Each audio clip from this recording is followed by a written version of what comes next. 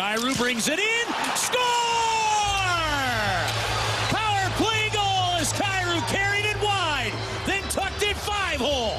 And the Blues are on the board. It's 2-1. Holloway floats it to Falk, over to Broberg. Shoots! Score! Tie game, 2-2. And the first is a blue for Broberg. Wrap around denied, but the horn sounds and bring out the Zamboni.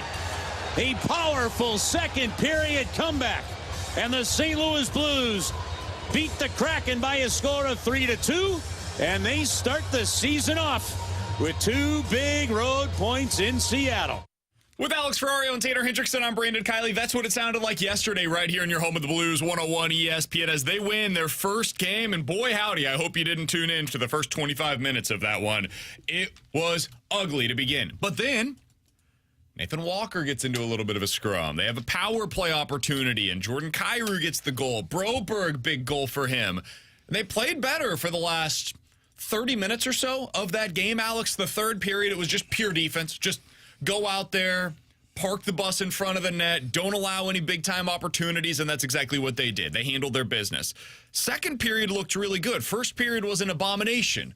They looked fine the first couple of shifts. Kyrou looked like he was playing with a ton of energy, and then they just stopped skating. I don't know what happened. They just stopped skating all of a sudden. Alex, what did you make of their first game, a tale of two halves, that comes out with them victorious on the road 3-2 against the Seattle Kraken? It was ugly in the first period. Like, you get those first couple of shifts, and if they would have scored, maybe you're talking about a little bit of a different remainder of the first period. But after Kyrou had hit the post and that line went off of the ice, it felt like the Blues just went into, wait, what are we supposed to do in this spot? There were some turnovers. There was an inability to get across the Blues line. And honestly, it felt a lot like what you saw in preseason when Bannister had his kind of blow-up moment following the Columbus Blue Jackets game, where he's like, look, there was no lack of push. There was no aggressiveness. They didn't know how to get into the zone. And you're thinking, boy, we are in for one rough game and rough season. And then they just got this spurt of energy, and after Kyrou scored that power play goal, it's like the Blues figured out how to play possessive hockey, to where they were getting into the zone, they were creating puck possession, they were cycling, and they were getting to the front of the net. So it really was a tale of two halves. Some of that felt like it was the line chemistry because Bannister went into panic mode, and then it was like, hey, let's break up these lines and juggle them up once again. But they finally got to it. Some of that was just probably the lack of push in the early portion of the game. Some of that was just the Blues trying to get a little too fancy through the neutral zone. It felt in the first period and the early portion of the second eerily similar, deja vu to last year. Yes. But then I thought. Totally agree. The difference from last year to this year, at least it's one game, ladies and gentlemen. The early portion of last year. The early portion. But last year, the Blues never were able to capitalize on the spark.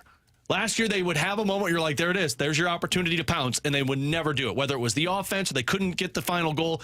But the moment Kyrou scored, it's like something clicked, and they just continued to push. And yes, they got into defensive hockey, but it wasn't the typical, hey, we're going to allow 19 shots on goal and just play in our own zone. They allowed 4 shots on goal in that third period, and they didn't allow one for 11 minutes and 50 seconds against Seattle. So they found a way to get back to the style. The question's just, is this team going to figure out how to start off faster than what they did last night? I've got a lot of questions about this team. Last night they were outshot at 5-on-5, 30-23. Scoring chances were 38-17 in favor of Seattle. High danger chances, 21-6 in favor of Seattle. They were not good at 5-on-5 for the entirety of the game. Now, a lot of that was the first period, where they got demolished. Scoring chances 18-4 in favor of the Kraken. Second period, 15-7 in favor of the Kraken. Third period, 6-5 in favor of the Blues. The Blues offense really didn't change all of that much from first to second to third period in terms of scoring chances that they had at 5-on-5. What changed is how many opportunities they were giving up. Alex, I don't want to make too much of one game. I don't. But this is our first opportunity to see them in real action against a real team with their full lineup out there. And so we're going to react to what we just saw. This team appears to me to have to win ugly. And that means leaning a lot on Jordan Binnington. He was great yesterday for the most part. It means leaning on the defense that has been overhauled. And it means playing that cycle game that you're talking about. Possessing the puck in the offensive zone to avoid having it too long in the defensive zone. There were too many times last night where they just couldn't get it out of their own end. Some of that was on Parayko. Weird game for him yesterday. I'm not worried about it, but just a weird game overall for him. I don't want to make too much of it. but this is a team that appears to need to win ugly. I think that's going to be who they are. They're going to have to win games 3-2 a lot this year, and we'll see if they can do that. But game one, they did. Ultimately, a win is a win is a win. You needed them to win 2 of these 3 games on the road. They got one of them banked. Yeah. It's important. It felt a little like that they were playing in between hockey where they really didn't know where everyone else was on the page or the same page with. And JR and I were talking earlier today, who's out in Seattle, and some of that was you had a new face on every line, and it was like, hey, how are we supposed to play? Because is it transition hockey? Is it the north-south hockey? Where are we at with this one? And then in the second half of that period, once they scored the goals, it felt like it clicked where it was like, okay, we know what our roles are right now. Like the Thomas line started off porous, so much so that Bannister broke it up. But then in the second period, took all of like 12 minutes for them to give up on the Buchnevich experience. I was losing my mind. For the first time. And I get what they were doing because you hadn't had a shot for 10 minutes, and you're like, we got to spark offense somehow, but like we're breaking up a line already. But then in the second period, they figured out their roles. It was Thomas bringing the puck in and Holloway and Neighbors in front of the net. And that line started to spark some offense. The third line, Kapanen was invisible. Surprise, surprise. But Braden Shen and Matthew Joseph knew what their roles were. It was cycling the puck. It was going on the forecheck. I think some of this is the early portion of the season, which is why it frustrates me that the preseason, you basically played one game of what your lines might look like. There's no opportunity to figure out how everyone else is going to play. I do think we're going to see a lot of games like that this season, to where it's not going to be pretty out of the gate and do the Blues get to their game, power play spark their offense in that one, and then they found a way to capitalize on it. But I also believe that once you get a little bit more in routine and in rhythm of what you're sticking with, which is why I want Bannister to just keep the lines together for a little bit, that's where you'll start to get a little bit more in the same line of thinking. 314-399-9646 is the Air Comfort Service text line to get involved in the show. YouTube.com/101 ESPN STLs, where the graveyard chat is off and running today. I'm curious, what did you guys think of the players that we saw yesterday for the first time? First impression players. We're talking about Faksa, Holloway, Joseph, Texier, Broberg, Suter. What did you think about the new additions, their first impression yesterday on the ice for you? I'll start with Broberg. He was exactly what I was thinking that the Blues were getting when they gave him the offer sheet. I mean, take the goal out of it. It was great to have, but everything else about his game matched what the Blues were desperate for. It was a big, lanky defenseman who was able to break up zone entries by Seattle a couple of times just with his stick reach, and he was able to skate out of problems. And how many times last season did we say, man, you got nobody who could skate out of problems? And we talked yesterday about that Krug and Falk pair. It just felt like every time they were on the ice, they would get hemmed into their zone for 60 seconds because nobody could get the puck out. Broberg showcased that immediately. I thought Holloway found his game in the second period in terms of being a net front presence and being a puck hound. And then I loved Matthew Joseph's game. He doesn't show up on the stat sheet, but if you just look at how he played, I think he had 3 blocked shots, he had 2 hits, he had 1 takeaway, and had 1 shot on goal, 3 shot attempts. The way that he played yesterday. I thought they got to find one more player for that wing because I didn't like Kapanen there. But Matthew Joseph and Braden Shen with ex-winger, man, they looked like they were going to be very consistent. Yeah, I really like Broberg's game. I mean, you noticed him right away, and I made me feel even more confident. I think we talked yesterday about, are you 100% confident that you are better with that second pairing today compared to last year with Krug and Falk? And I left that game going, yeah, I feel like you've got that. Holloway had 1 or 2 moments that I was kind of intrigued by. I agree on on Joseph because I left that game going, man, I really like that Chen and Joseph line. And it really took me forever to figure out who the third winger was until this morning when I realized it was Kapanen. And I think that does tell me, to your point of they need to find another winger with them, is, boy, that line stuck out to me with only 2 guys. And that's what made it impressive for me is Joseph, I noticed, getting in on the cycle game with Braden Shen, which he needs. And if they can put one more winger with him, like, hey, I don't know, say the guy who's in the press box, Bolduc, then I can see where that line really works for them. So I was impressed with those 2 guys the most. Alex, do you mind if I take your body language doctor mantra for a second? Yeah, please. I do consider myself a PhD in that. I love Matthew Joseph's body language on the ice. Oh, yeah, I love you it. do. You love mojo? You could see him smiling and laughing and having fun on the ice. And I know it's such a small thing. It sounds so insignificant.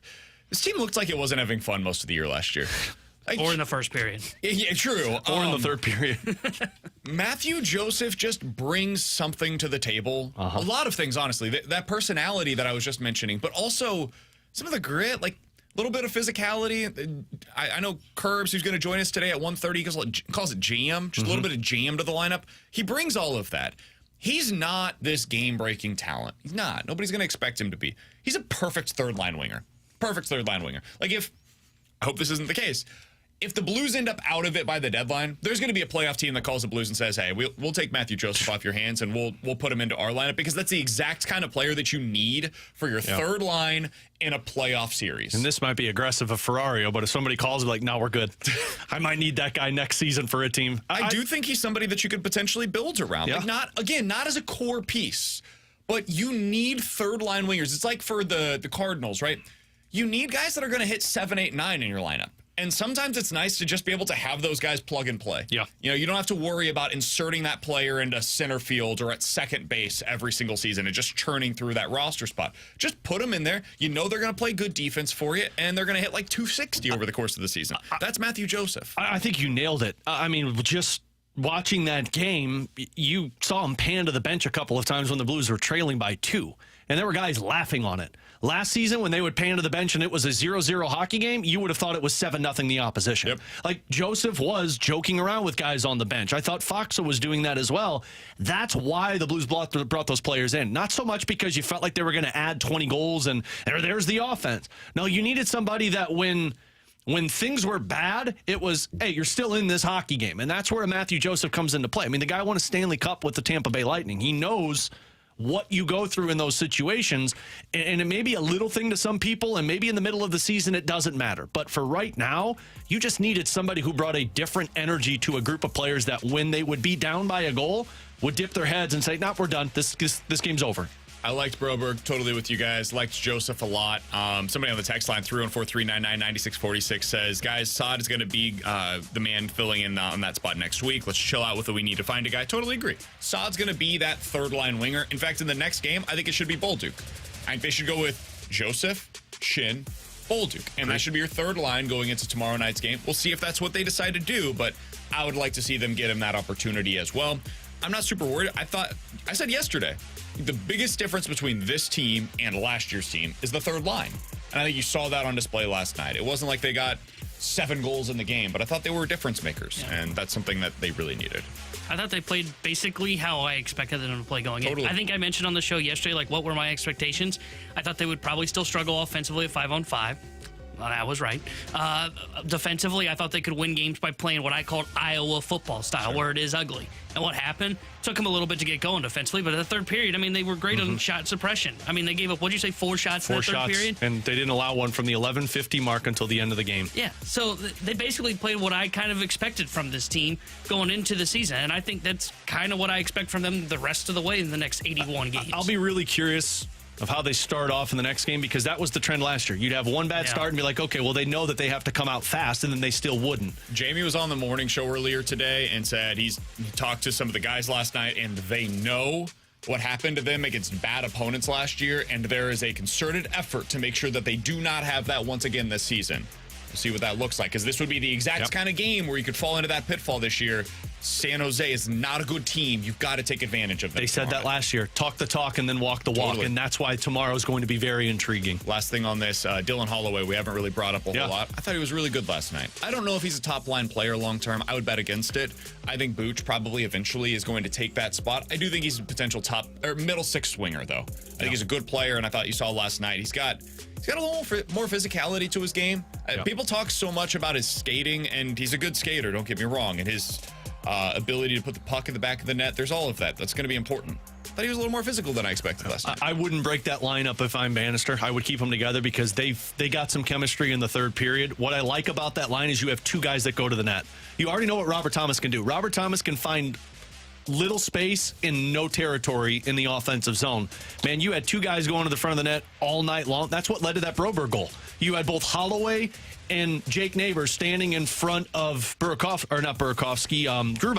and then Broberg took the shot. I liked Holloway in that sense. I'm with you. I don't know if he's going to be a top-line player, but he's absolutely a top 6 with his speed. He's Alex Ferrario. That's Tanner Hendrickson. I'm Brandon Kiley. Blues back in action tomorrow night against the Sharks. We'll talk to the man on the call, Chris Kerber, the voice of the Blues, at 1:30 coming up later on this afternoon. We will hear from you throughout the day today. 314-399-9646 is the Air Comfort Service text line. Coming up next, we're going to get to the baseball side of things. 2 great games in Major League Baseball last night. Baseball's having a moment, man. This postseason has been fantastic. There are two teams, though, that are on the verge of going home. We'll talk about both of them next year on 101 ESPN.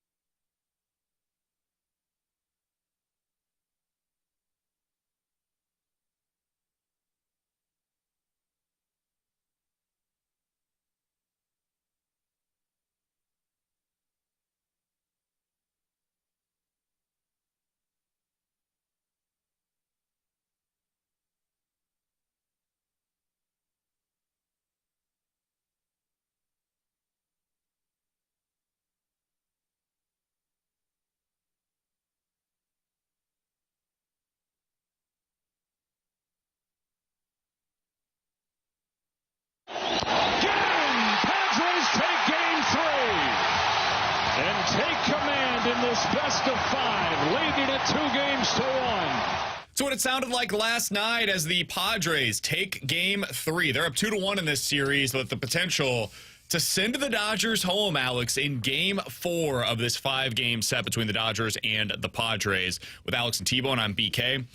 Alex, that game, first of all, was spectacular. The theater of it. Padres going up big the way that they did. The Dodgers making it close with that Teoscar Hernandez grand slam. Coming off of the game where apparently Manny Machado had the gall. The unmitigated gall. to throw the ball into the dugout? I don't really know. Did you guys see that video that was posted yesterday? Dave Roberts was scared, man. Well, no, the one that I saw was Max Muncy being like, oh, they're trying to get under our skin with their bat flips off of single. And then when Tatis hit that home run, he didn't bat flip. He just stood there and watched it. For like 12 seconds. It was a great troll. Like, the ball was already probably in 3 different fans' hands, and Tatis was still looking at it go. By the way, Mike Schultz's answer on the, hey, what about the, Roberts saying that Machado threw the ball in the dugout? Mike Schultz, perfect answer. He's got a pretty good arm. He would know. He would know where to locate the ball. I think he'd be able to hit Dave Roberts. Yes, Schultz. That's what I want. I'm so glad this rivalry is an actual rivalry. And We don't get that in sports anymore, dude. Freaking Braves. Chiefs versus Bengals. Those teams hate each other. Padres versus Dodgers. The two teams, the two fan bases hate each other. Chiefs-Bengals, though, has no history. No history whatsoever. There's no geographical rivalry between the two cities. It's not like the teams have historically gone head-to-head in a bunch of postseason matchups or anything over time.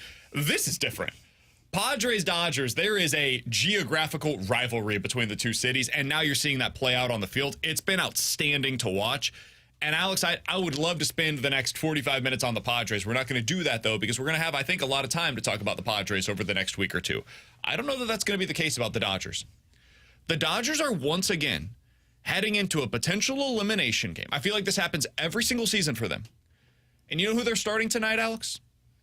Who? We don't know. Bullpen game. Yeah. They have not announced a starter. Good thing their bullpen's been good. Every year, it's the same story with this team, dude. They go into the season, they have like 3 different rotations that they can trust or that they believe in. They've got a ton of arms that they've developed internally that come up to the big leagues and are good. Walker Buehler, really good arm. May, really good arm. Like, they've got 5 or 10 guys that they've developed that look really good, that have success at the big league level. And all of them eventually get hurt. Every single one of them. So they came into the postseason, they had 2 starters. Yamamoto, who was hurt, and Jack Flaherty, who they just traded for at this year's trade deadline. Those are the only starters that they have right now that they can trust or lean on. So they're going to go into this game with a bullpen game, and that's the way that they're going to try to make things work to get them back into this series to force a potential series-deciding Game 5.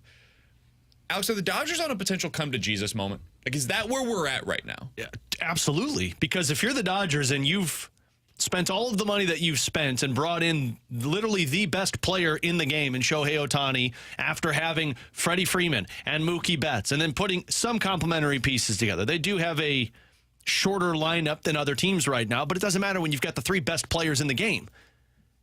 But every single season, we're talking about the same thing. Well, their pitching's falling apart. They don't have Kershaw. They don't have Walker Buehler. They went out there and brought in both Tyler Glasnow and Yamamoto and brought in Jack Flaherty at the trade deadline, and you're walking out of this postseason round being like, well, we had 2 starters that we probably knew we were going to get in this one. You have to have a come-to-Jesus moment if you're the Dodgers.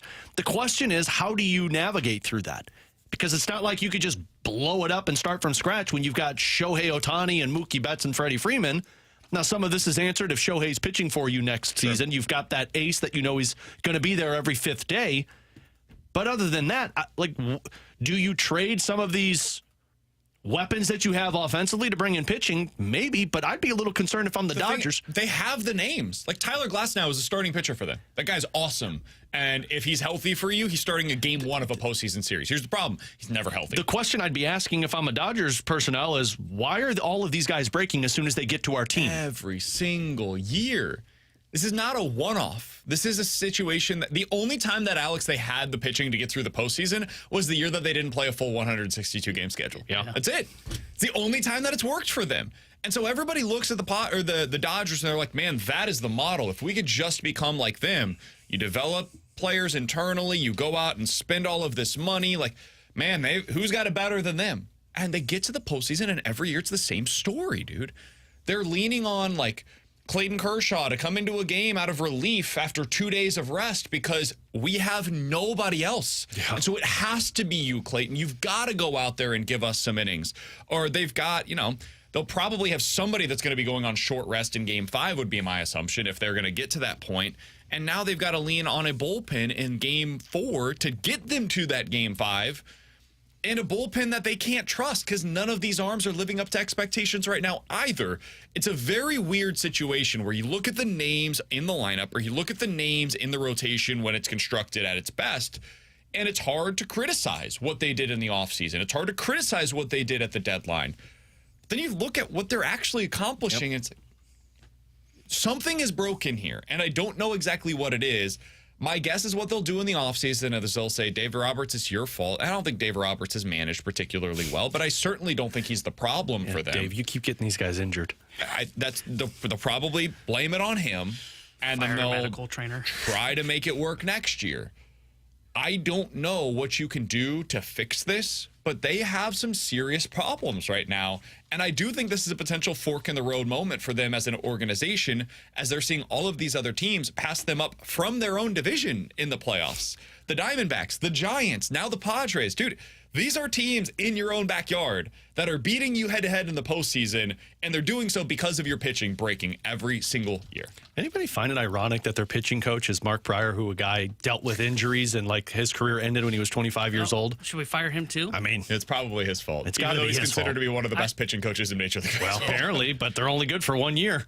The funny thing is like if I'm the Dodgers, what I would do if I'm the Dodgers this offseason, if they do get eliminated, is one, I would try and kind of revamp this bullpen. I would continue to go out and look for more arms to help solidify it. Because I feel like Daniel Hudson's been there forever. Blake Triden's been there. Like it feels like the same names I've seen over the last 4 years when it fails in October. I would probably try and revamp the bullpen and look to continue to add depth to the lineup. I think the way they do this with their starting rotation is smart. Because you know what I think it is with the rotation? I think it's just arms break. I don't They should trade for Sonny Gray.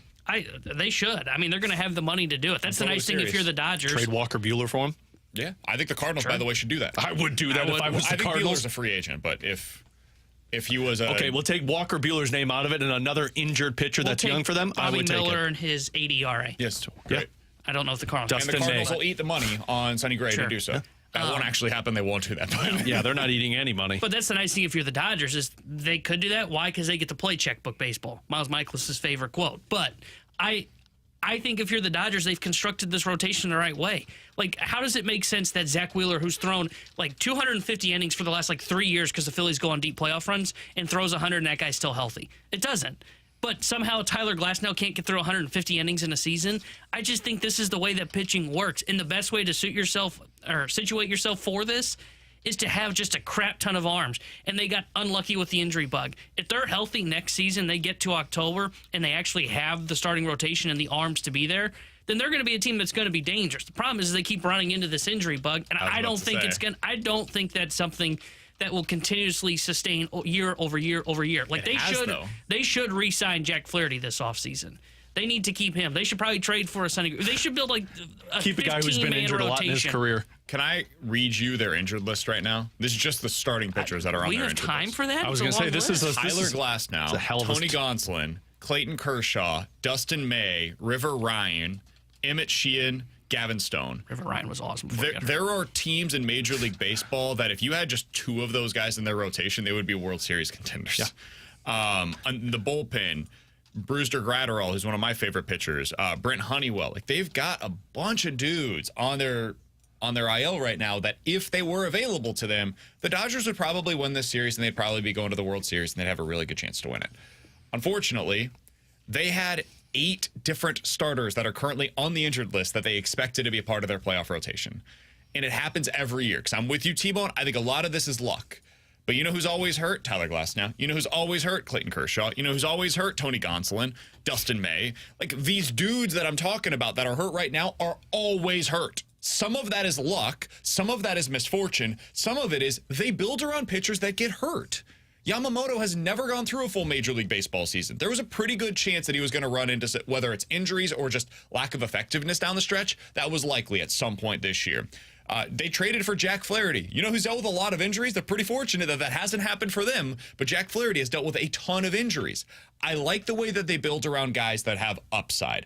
At a certain point, though, wouldn't it be nice if they had one guy that they could put into their rotation and just be like, you know what? This guy is super effective. You know who'd be a great Dodger next year? Michaelis? Kyle Gibson. Oh. Kyle Gibson is what they need. Both. They need somebody like that. They're the team that actually needs what Kyle Gibson brings to the table, which is this dude's going to start 30 games for us, throw 180 innings, and we're going to get to the postseason, and he's going to be available. That's what they need. They need a guy like that in their rotation. So I don't know what they're going to do this offseason, but the Dodgers are one of the teams that I find to be they're the team that I find to be most interesting right now, given where things are at with their organization, given the expectations for them every single season, and how often they have fallen short. If you look at a full 162-game season, they have never lived up to their expectations. Not a once. That's a pretty wild thing to do, given the fact that they're paying $300 million for that team right now. If you're them and this goes sideways, how much of the offseason do you go into it saying, okay, but we're going to have Shohei next year, and he's going to be there, like he's consistent, and like T-Bone said. I'm sure that'll go great coming off of reconstructive elbow surgery. Totally. Second time, too, if I'm not mistaken. But then you bring back Jack Flaherty, and they look at this and say, weird year. We'll run it back. I think that's what they'll do. And I do like, too. They'll win 100 games. Because you'll have Yamamoto, bring back Jack Flaherty, Shohei Ohtani, Tyler Glass now for 15 games? And I think one thing what they'll convince themselves of, and we'll find out if it's a mistake or not, you know what you have when you have Ohtani as a starting pitcher? A 6-man rotation. He won't go on a normal 5-day because that's what the Angels always did. It just helps him recover better since he's, hitting 50 bombs as well. I wonder if they'll look at that and say, maybe that's how we get through it this time around. And they try it, and then if it fails, then they go, okay, now we really need to go out and find the Kyle Gibson, the Lance Lynn, the guys that are going to post every single day. He's Alex, that's T-Bone, I'm BK. Coming up next, NFL Quick Hitters here on 101 ESPN.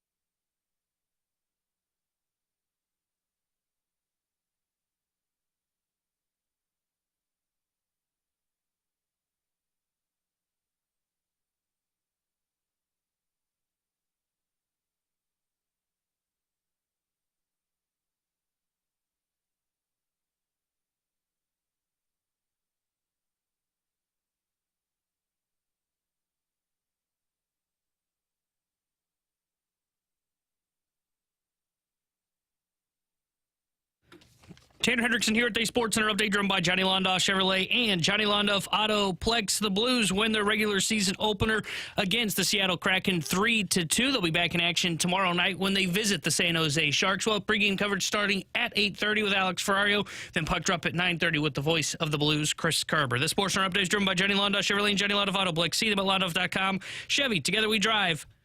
Are you kidding me?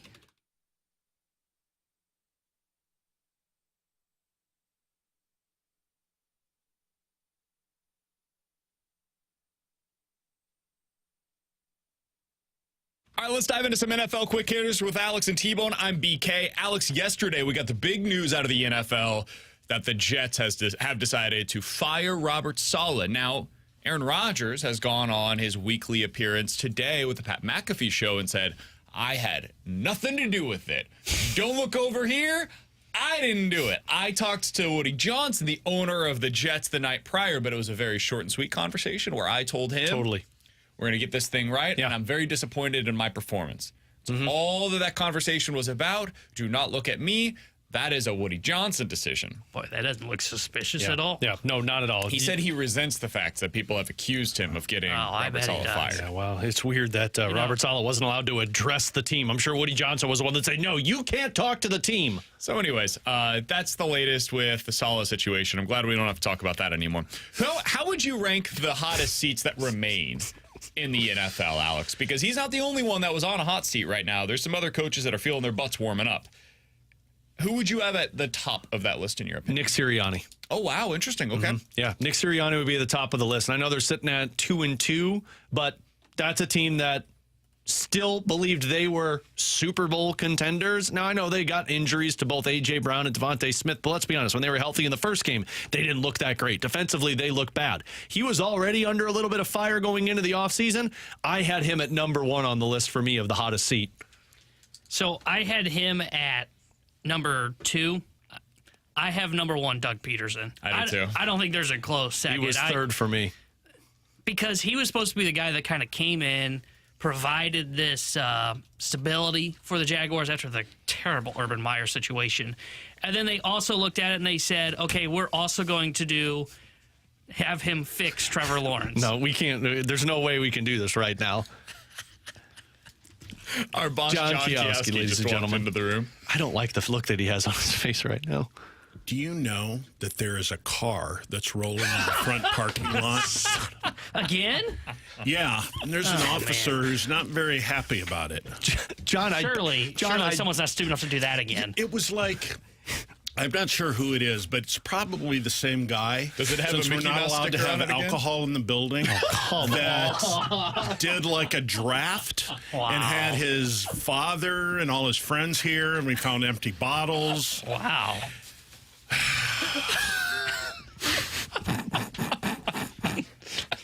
I can't do the show anymore today, guys. He can't walk out Alex's like that. Stomach is in his throat at the moment. I mean, good thing I'm not taped to the chair right now because we would be having an have the tight IBS cheeks problem. currently? Dude, tight cheeks. I'm a little worried. The women booty. The sphincter's doing one of those. That was uncomfortable. He not only had to bring up the car, which I've been trying to avoid John for like I didn't 48 even bring up hours. the alcohol that you had in here. Yeah, I haven't even brought that. It makes me sound like a terrible person, Well, which I I mean, guess I kind of am.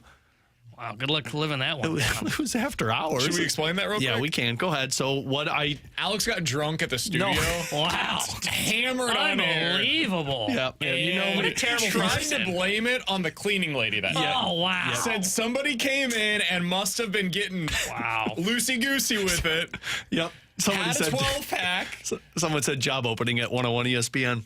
Yeah. No, what happened was my family, it's like my cousins, my I told the uncles. story, man. You don't got to. No, you didn't. No, you didn't. Double I down would on never it. blame the cleaning people on happened. having alcohol in here. I had our fantasy football draft here on a Monday. It was at like 6:30, 7 o'clock after the show had ended, and some of the people that came brought Do some we have beer. an alcohol policy? Is that a thing? I didn't know that we had an alcohol policy. I didn't realize what happened was they all dumped the empty cans into the trash Alex was can. thinking about, do I throw others under the bus or not right now? That was what was going through his head as he waited to answer my question. I didn't realize that those cans that were in the trash can weren't taken out because we were after the cleaning people had cleaned the studio. I said, not blaming them, the cleaning lady under blaming the bus. myself. And so what happened was all of the empty cans of beer were sitting in the trash can the next morning when everybody shows up to work, and they're looking at this being like, who is pounding beers left and right in the studio? And it was on me because I did not let John and Tommy know that I was having a fantasy football draft there. And now I feel like the biggest D-bag in the world. Yeah, nope, that's correct. BK and T-Bone coming up soon. Yeah, cool. So back to the NFL. No, I can't go back to the NFL. It's impossible. I need to sit out. No doubt about it, number one for me. I've got a couple of that I would like to throw into the mix that I think are going a little under the radar currently. Be curious if if he's got my number 2 on him. I don't think this guy should be on the hot seat, but it's an impossible situation, and eventually the coach is going to get fired for it, similar to how I feel about Dave Roberts in L.A. Kevin Stefanski's probably going to get fired. That was my number 2. I don't know how he survives this. Like, you've got a quarterback situation that's... How do you manage it? He's making $50 million a year. I guarantee you ownership's coming in and saying you can't bench him. So the coach is between a rock and a hard place. I think Kevin Stefanski's a pretty good coach. I don't think he's the problem there at all. I think he's probably going to get fired, though. So he would be number 2 or 3, depending on how you feel about your boy Sirianni, potting the plants and everything. And then number 3, Mike McDaniel. I was wondering where you had him. Eventually, if you're Miami... It's just you're all in, dude. Like, you have paid so much money to this roster, and if Mike McDaniel is not going to be able to get the most out of it, again, impossible situation right now. They weren't looking good prior to the Tua issue either. So eventually that's going to be something. I also had on this list, I had Zach Taylor, who I don't think is going to get fired. But he'll be after the season. You know the Bengals aren't firing a coach midseason. They're not paying somebody to not do his job. And the other one that will be fired at the end of the season is Mike McCarthy. No. Especially if that team either doesn't make the playoffs or gets bounced in the first round of the playoffs. Mike McCarthy. So, again, those two are at the bottom of my list, but those 2 seats will continue to warm as the season goes on. You know who I've seen on all of these lists that I don't think is actually on a hot seat Sean right McDermott. Now?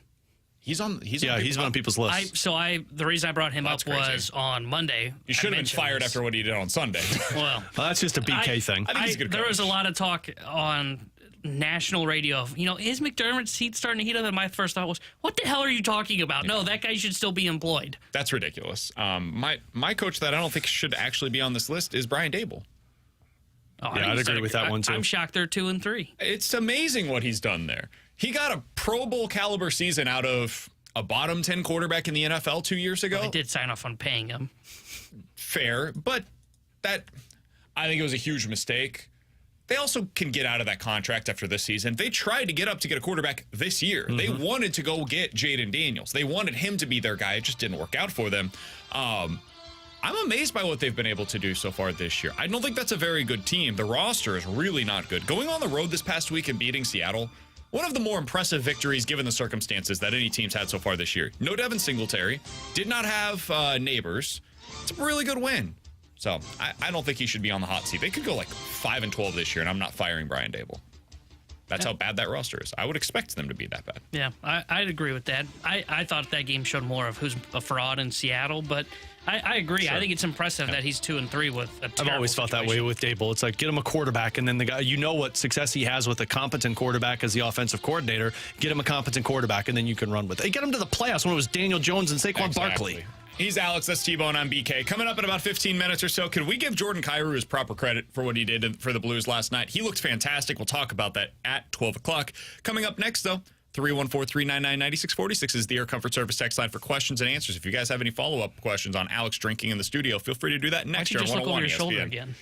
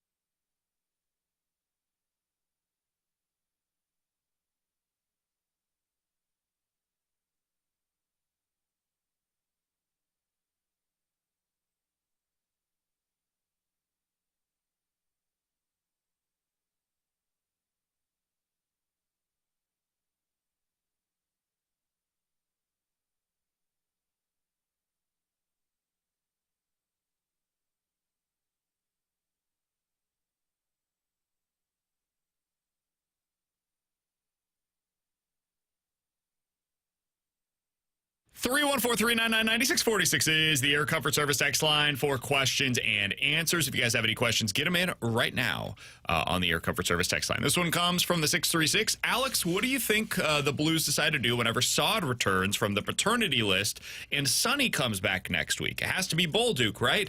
Why leave him up just to sit? Plus, the AHL starts on Saturday. What do you think the corresponding moves would be? So Saad comes back, Bolduc goes down. That's going to be the easy decision for them because it's waivers exempt. You don't have to worry about it, and then he could play top line minutes.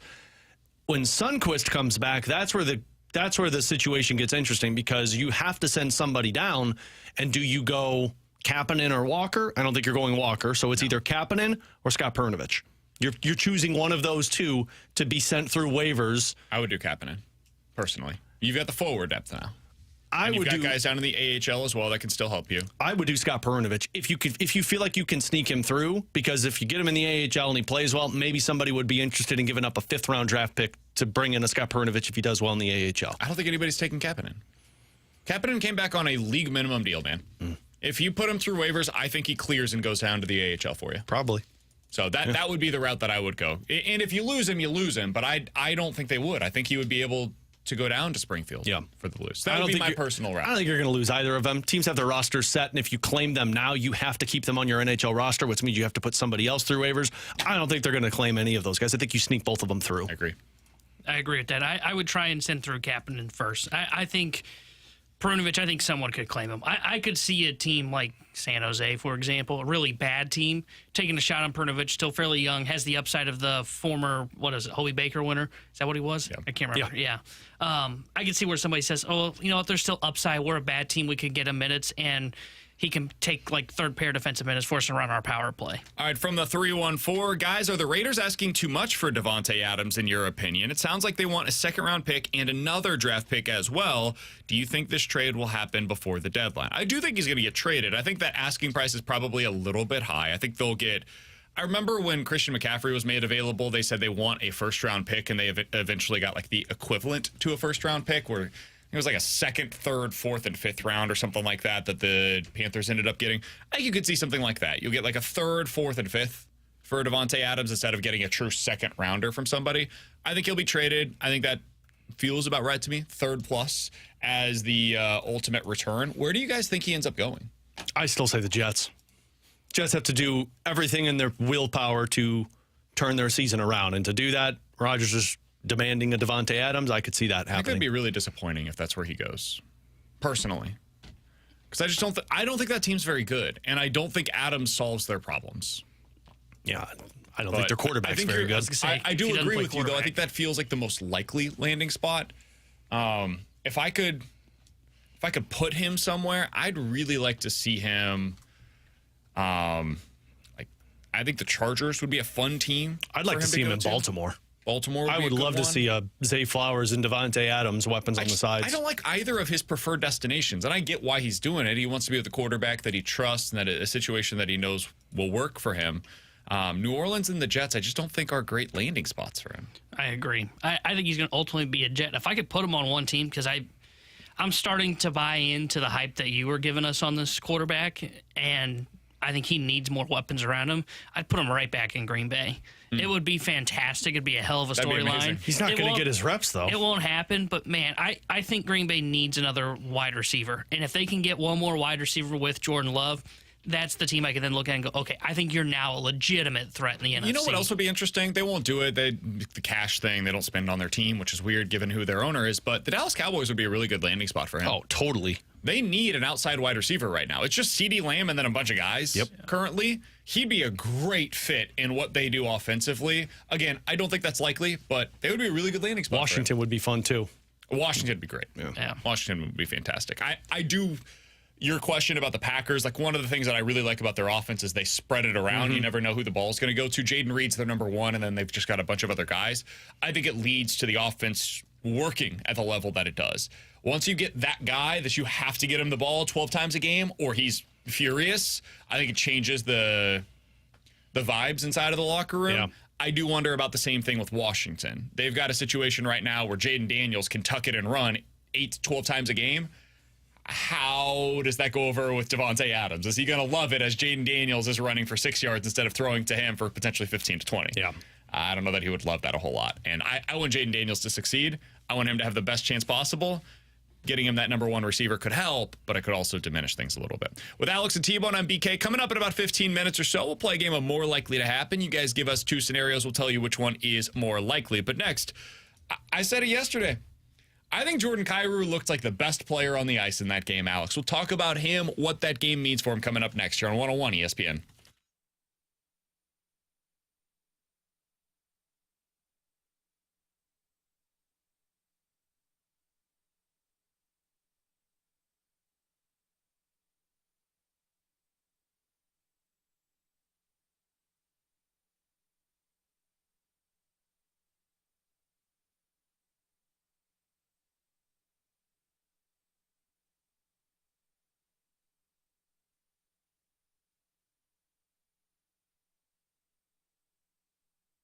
Hey, it's BK for my friends over at Victory Men's Health, and they can help you unlock your inner champion today. Go check them out online, victorymenshealth.com. While you're there, you can learn all about what they can do to help you unlock your inner champion, whether that's weight loss, some goals that you've had with weight loss, maybe you haven't been able to reach them on your own. Victory Men's Health can help you out with that. A lot of people are dealing with low testosterone as well. Maybe they don't even recognize that that's what it is. Low energy, not getting as much out of your workouts. These are potential signs of low testosterone. They'll be able to check your levels over there at Victory Men's Health, and if they're on the low side of normal or below, they can help you get back into that upper range that you want to be in. Erectile dysfunction issues, they can help you out with that as well. For me, it was going in there. They do something called a micronutrient lab test. It's super cool. You find out where all of your micronutrient levels are, whether that's vitamin deficiencies. They check your ATP levels so you can find out, okay, how is my body able to break down everything inside and put that into energy for you. They helped me out with that. They've got me on a really good plan. They unlocked my inner champion. They could do the same for you. 4 great locations across the St. Louis area and victorymenshealth.com. That's victorymenshealth.com.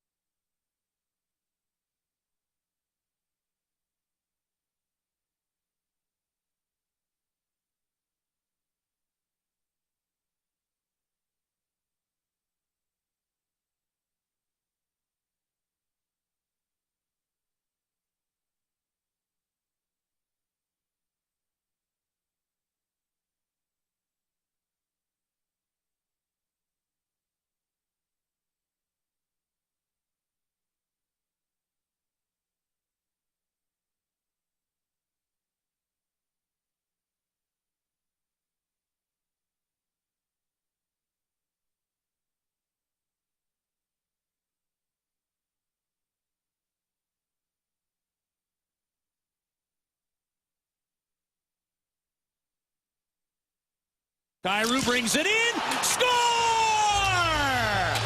Power play goal as Kyrou carried it wide, then tucked it 5-hole. And the Blues are on the board. scored. It's 2-1. Blues win the puck. Cleared ahead. Breakaway. Kyrou. 3-2 St. Louis. He scores! You know, took advantage of his opportunities. There was a couple of more opportunities where I'd like to see him, you know, really bear down. But he's finding areas. Guys were finding him. Again, he's using his speed. He's competing. And, you know, good things happen when he's doing that. That voice you just heard was Drew Bannister. Of course, Jordan Kyrou, a couple of goals last night. Alex, that's what he was missing early last season. Only 2 goals in his first 13 games last year. Again, 2 last night in the first game of the season. He had 4 goals last year in the first 24 games of the season. If nothing else, this is a massive boost of confidence for Jordan Kyrou. But more importantly, Alex, I thought he was the best player on the ice for the Blues yesterday. Totally. There were moments where there's lapses, whatever.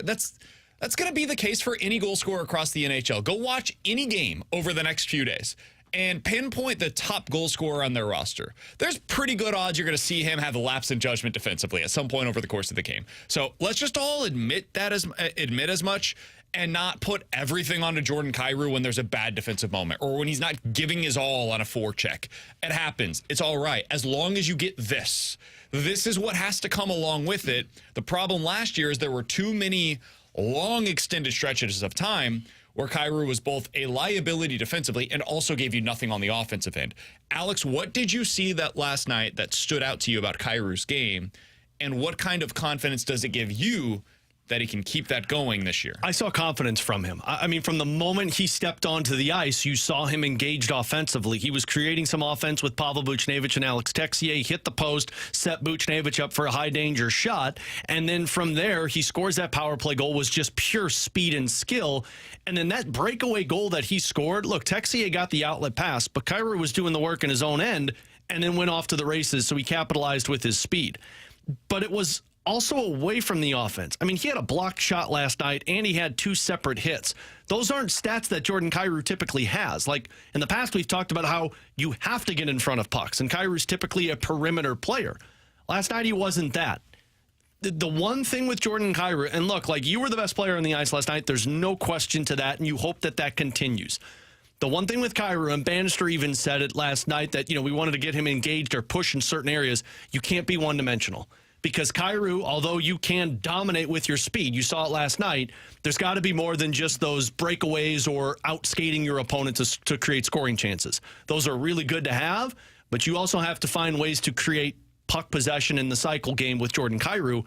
But, man, if you're going to play... He did last night, by the way. Yeah, he did. If you're going to play... Yeah, really, it was line problem more than anything. Yeah. And I think a lot of that was just Texier playing with him and a new face out there. And a center that doesn't play center. Totally with you. But if you're going to have that type of confidence with Jordan Kyrou, and, man, 26 years old, Armstrong told us this in the offseason, like, Jay Bouwmeester was a whipping boy for the Blues for the longest time for fans until they won the Cup. And then it was like, oh, we can't lose Jay Bouwmeester. If this is Kyrou kind of being molded into the player that he's supposed to be and he has a breakout season, the Blues are better off for it. And he looked like that type of player last night. Jordan Kyrou, goals by season. Sorry, T-Bone. I'm curious your thoughts on this as well. Since the start of the 2021 season, 27, 37, 31, and this year he'd probably get 30-plus as well. Jordan Kyrou is a really good player, man. I think so often, and like this is the case for a lot of different players around professional sports now, and I don't know if it's something that's just like changed with the way that we watch as fans, the way that we consume sports. I'm not entirely sure, but I think far too often we get so tied up in what a player doesn't do well that we don't really pay any attention to what they do bring to the table. This is the old Bill Belichick cliche that he has with scouting, where it's like, don't tell me what a guy can't do when he's going to like the scouting reports. Tell me what he can do, and I'll find the best way to utilize that to his full potential within our system. What does Jordan Kyrou do really well? Well, he scores a bunch of goals, and he has a bunch of assists. That's valuable. You need that over the course of a season to be a good team.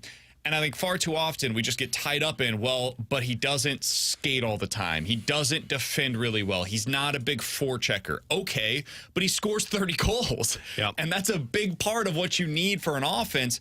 I also like that he's on the second line right now. I was just going to bring that up. And I think this is a way to find, okay, what does he do well? He scores really well. Okay, well, how do I get him away from the toughest matchups possible? We can put him on the second line. All right, Bannister, let's do that.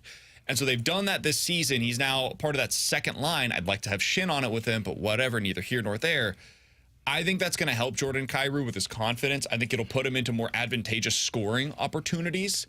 I think you're going to see the best version of Jordan Kyrou this year because of those things. I'm going to say something with Kyrou that is going to sound negative, but it's not. He's not a top-line player. And that's not a bad thing. Go back and look at his first real full season with the Blues, where he scored 27 goals and had 75 points. He finished that year as a plus 10. He averaged 16 minutes and 35 seconds a night. He was playing second-line minutes for you. Remember that season? That was O'Reilly and Perron, and then whomever you want to throw up there, Josh Levo, which was such a I think it's like a 15-minute even strength ice time type of a You player. get the mismatch with Jordan Kyrou because you want the best line. And this is the thing we talked about Monday, T-Bone. You still need to find somebody who's a top-line winger to play with Robert Thomas. That is still a necessity for this Blues. But what it does is when you have that, the best defensive matchups go up against Robert Thomas. Yep. And then the second best defensive matchups, you deploy Jordan Kyrou and then whomever that second line center is, and that's where you get those goal scoring. The Blues did this with Vladimir Tarasenko. The best line that you had was not Tarasenko, and it was offensively, but your go-to line for the longest time with Tarasenko was David Backes as the number one center, was Paul Stastny as the number one center, was Ryan O'Reilly as the number one center. And it was Shannon, it was Schwartz, and it was Tarasenko. They capitalized on the mismatches. So Jordan Kyrou, when he's got to play 18, 19 minutes a night against the toughest matchups, you're not going to get the same player. You'll still get 30 goals, but you're not going to get the same player. If you play him 16 or 17 minutes a night against the second line, now you're talking about a guy who could potentially score 40 goals for you. Yeah, and if you're going to go, and honestly, I don't mind that if you went with that mindset of the first line, quote unquote, is going to be kind of our shutdown line.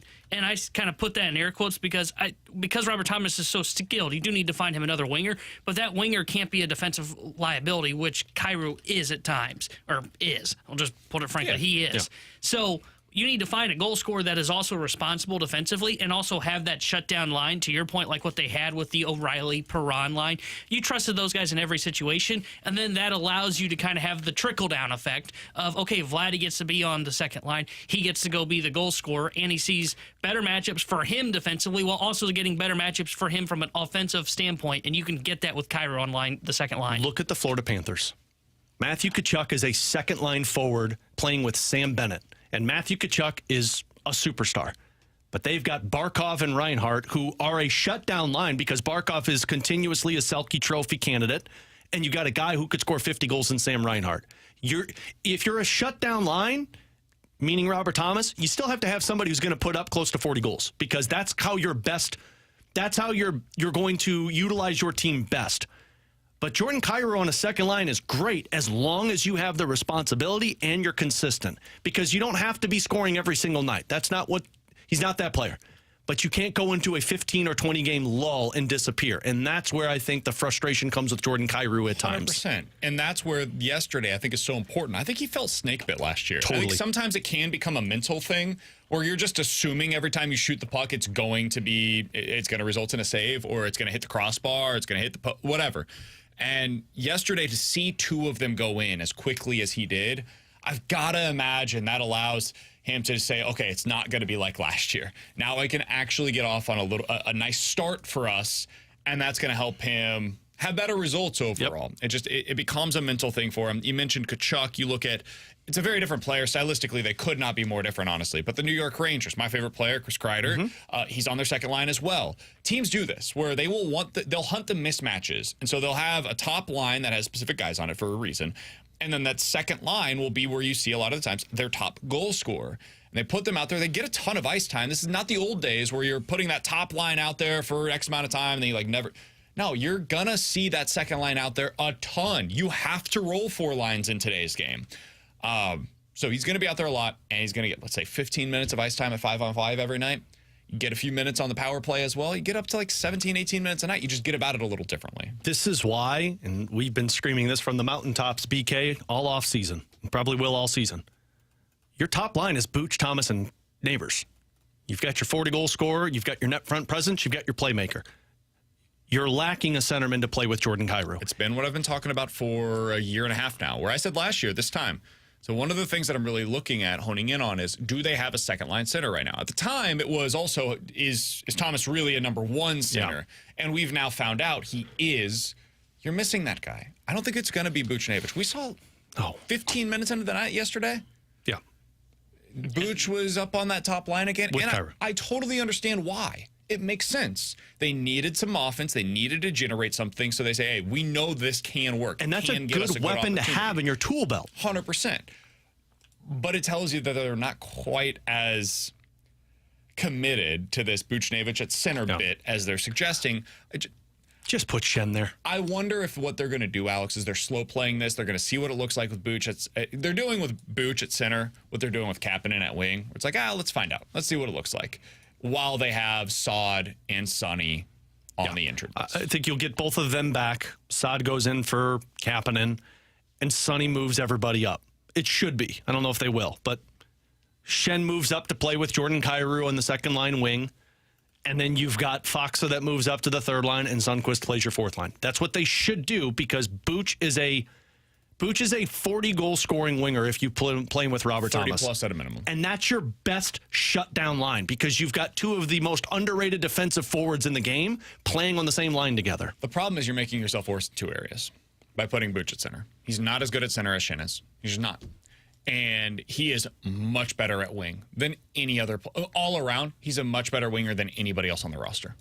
He's your best all-around winger. You paid him accordingly.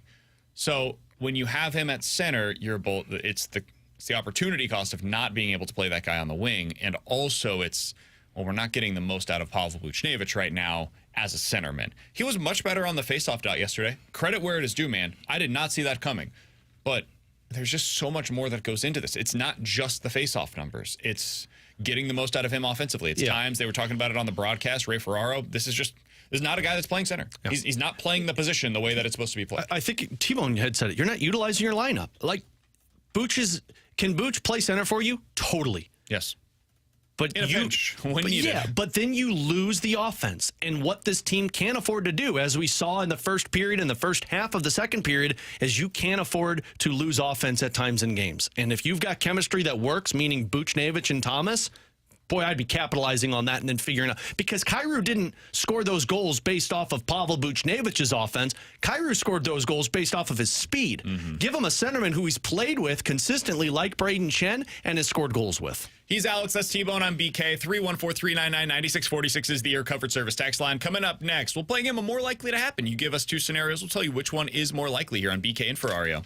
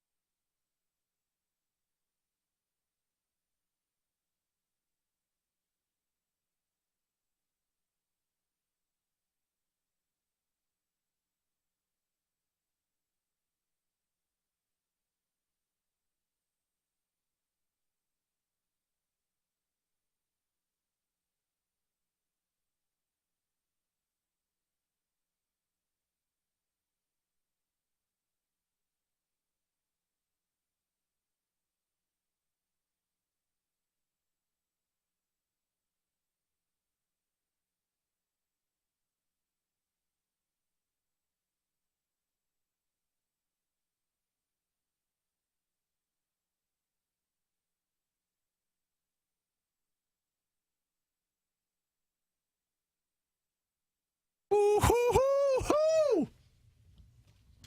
314-399-9646 is the Air Comfort Service text line for more likely to happen. You guys give us two scenarios. We will tell you which one is more likely. All right, Alex, let's start out with this one. Was this a joke about my car rolling backwards or me drinking in the studio? No, I really was thinking I've got a, ironically enough, I've got a 24-pack of beer at my office right And now. I'm the one that's labeled a drinker on the job. Am I the only good one on the show? So I was thinking Probably about company. bringing You that got in him for snuck this segment somewhere. and just putting it over my shoulder and saying, Nice. Alex forced me to do this. There we go. All right, more likely to happen. More likely to finish this year with 20 goals for the Blues. Matthew Joseph or Dylan Holloway? Dylan Holloway. I don't think he moves out of the top six. Matthew Joseph is permanently in your third line. Maybe he shifts down to the fourth line at times. Matthew Joseph plays a different game than Dylan Holloway, and I'm not sure they're looking for the offense from him. I think he gets 12 to 15, but 20 or more is going to be Dylan Holloway. That's what I would say as well. Holloway, for me, feels like a guy that's going to play in the top six for most of the year as well. So if that's the case, I think it sets him up better with better playmakers to get him to that. And he's on that second power play unit, too. We're all on the same page here. I do wonder, if they end up having Shin play on that third line longer than we currently believe that they will, I do wonder if he's going to have a decent number of opportunities at the net, Matthew Joseph. I think totally. 20 feels a little extreme. That feels pretty high. I think 15 feels more in his range. But I was wondering if you guys maybe got caught up in the moment. And you figure one of those wingers are going to be either either Saad or Texier playing with them. And I mean, there's your offense right there. Joseph doesn't need to be a offensive producer. You get a guy who's the sniper, and then Joseph benefits from being the net front presence. Exactly. So it definitely could happen. It's just how they juggle those lines. Guys, more likely to happen. The Blues trade for a second line centerman at the deadline, or the Blues trade away two players off of their roster. The latter. I still listen, yesterday, I don't want to pee in anybody's Cheerios this morning. I really, really, really do not want to do that. But as much as there were things that were positive about the Blues yesterday, there were just as many negatives about what they did on the ice yesterday against the Kraken.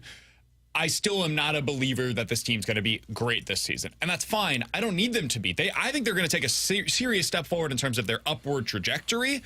But if you end up being out of it at the deadline and somebody comes calling about, a Matthew Joseph or Radek Faksa, Sundqvist, guys like that are helpful pieces for playoff teams, I think you've got to at least give it a listen depending on what the offer is. So I really thought they released all their errors against the Kraken. No. That was bad. I thought it was great. I won't pee anybody's Cheerios today, but I will pour some sour milk in there. It's worse. I don't think so. I'll I'll tell you what I say did with our milk the other day. what? I pulled an Alex where I did something really stupid. I got home from the grocery Leave it in the store. car? No, I got Didn't put it in park. Yeah, while the car wasn't in park. You guys probably get the same milk every time, right? Yeah. Whatever you get as milk, that's just what you get. So it's in the same container, the one that you bought versus the one that you have currently in your refrigerator. Well, ours is getting ready to expire, so we bought some new milk. Oat milk, of course, because snooty BK. Because Correct. we're healthy in the Kylie family. So I unfortunately mixed them up and I poured out the entire brand new thing of oat milk instead of the old one. Hold on. Yeah, it was stupid. It was dumb. How I made is a that mistake. That's dumber than not parking I your would think car. at some point you'd be like, man, that is a lot of oat milk. Surely. I just figured it. Also, come on, Must not man. drink as much. The Doesn't old it have to, stuff goes in crack front, the open new stuff too? goes in the back. Well, the old stuff was expiring the next day, so I figured I might as well go ahead and toss it. We'll go ahead and recycle this one, put the new one in. Man, boom, we're you're good to go. wasting milk. Milk's good for 3 more days after the expiration date. Probably. But anyways, sorry, T-Bone. Unless Anyways, oat milk so I'm isn't. pouring my sour oat milk into your Cheerios. We mentioned it early on in the game. It felt a lot like last year, and it kind of slightly got better. So I think they're slightly better than they were a year ago. That still means they're probably sellers at the deadline, which is why I would say it's more likely they sell 2 players than it is them acquire a center. I don't think they're going to acquire a center, but it's not for the same reason you guys do. I think the offense will be fine. They'll figure it out. You're not going to acquire a center because that's Dalibor Dvorsky. You're not bringing anybody into your top 6 because your top 6 is basically in line for what the next few years are going to be. It's just a matter of getting there. I could see them trading guys away because they could move players off of their lineup and bring in younger players who are ready to play and still compete. T-Bone? Guys, more likely to happen. Blues finish with a top 10 power play, or they finish top 10 in goal suppression I this thought he was season. going to say top 10 power play or top 10 pick. I was about to punch you in your Adam's apple. I thought about doing something with Army and what happens if they're like right on the fringe of the playoffs. So top 10 power play or top 10 in goal suppression. Goals allowed. It's like the fewest goals allowed. Yeah, fewest goals allowed. I'll say that's it's a fun one. I'll say it's goals allowed. I know my bold prediction was top 10 power play. I could see them being like 11th or 12th, close to it. I think their power play is going to be good. They didn't get a whole lot of opportunities to look at it last night. Goal suppression, I think, is going to be where this team succeeds at. With the 6 that they have, with the 2 goaltenders that they have, they're going to be stingy defensively, so I'm going to give it to that one. I guess I'll go that side as well. The goal suppression, because I do trust their goalies, and I think they're going to play some similar style of hockey to what they did. There's a bad word around here under Mike Yeo, or it's very repressive. We're just I going can't to watch them anymore. we're not going to really generate a ton of offense, but when we do, we're going to try to make it count. That's kind of what it looked like to me at times yesterday. So I'll say top 10 goal suppression instead of top 10 power play. I would as well. I just still am skeptical if they don't have the shot on the power play. I think you got to have that one guy that you can just circle and say, we get him the puck, he's got a slap shot, odds are he scores on the one-timer. And I just don't know if they still have that. So I would say goal suppression for me as well. All right, 314-399-9646 is the Air Comfort Service text line for more likely to happen. You guys give us a couple of scenarios. We will tell you which one is more likely here on BK and Ferrario. More likely to happen, the Dodgers or the Phillies come back from their 2-1 deficit in the NLDS. Which team is more likely to come back from their current deficit, the Dodgers or the Phillies? I'm going Phillies on this one. Phillies. I think they have a worse opponent, and I think they have a better team than what the Dodgers do. I think the pitching can break for the Mets in terms of Phillies offense busts open, and I'm not sure the Mets offense can continue. So I think it's the Phillies. Yeah, I'd go Phillies as well. If they find a way to win today, Game 4, I don't even know who they have starting, they'll have Wheeler in Game 5. And they're set up perfectly. Wheeler's like arguably one of the best Game 1 starters in all of baseball, so I'll say Phillies. Phillies going into tonight's game against the Mets. That one, by the way, is coming up at 4 o'clock. Have Suarez on the mound. Ranger Suarez for them. And he's a pretty darn good starter for this kind of a game. He's like historically, not only has he been good in the regular season, he's a guy that takes his game to the next level in October. Got some interesting pitching matchups. Suarez versus Quintana. Schmidt versus Lugo. And undecided against Dylan Cease. So which of these teams is not like the other? What's the matchup in the Tigers-Guardians game? Cobb. Who? Alex Cobb? Yes. Oh, my gosh. Against Montero, who this year had a 4.7 ERA. Honestly, is that a bullpen game? I think that's a bullpen game for the Tigers. He's a starter. Undecided might be best case scenario for the Dodgers. Maybe it's Ohtani.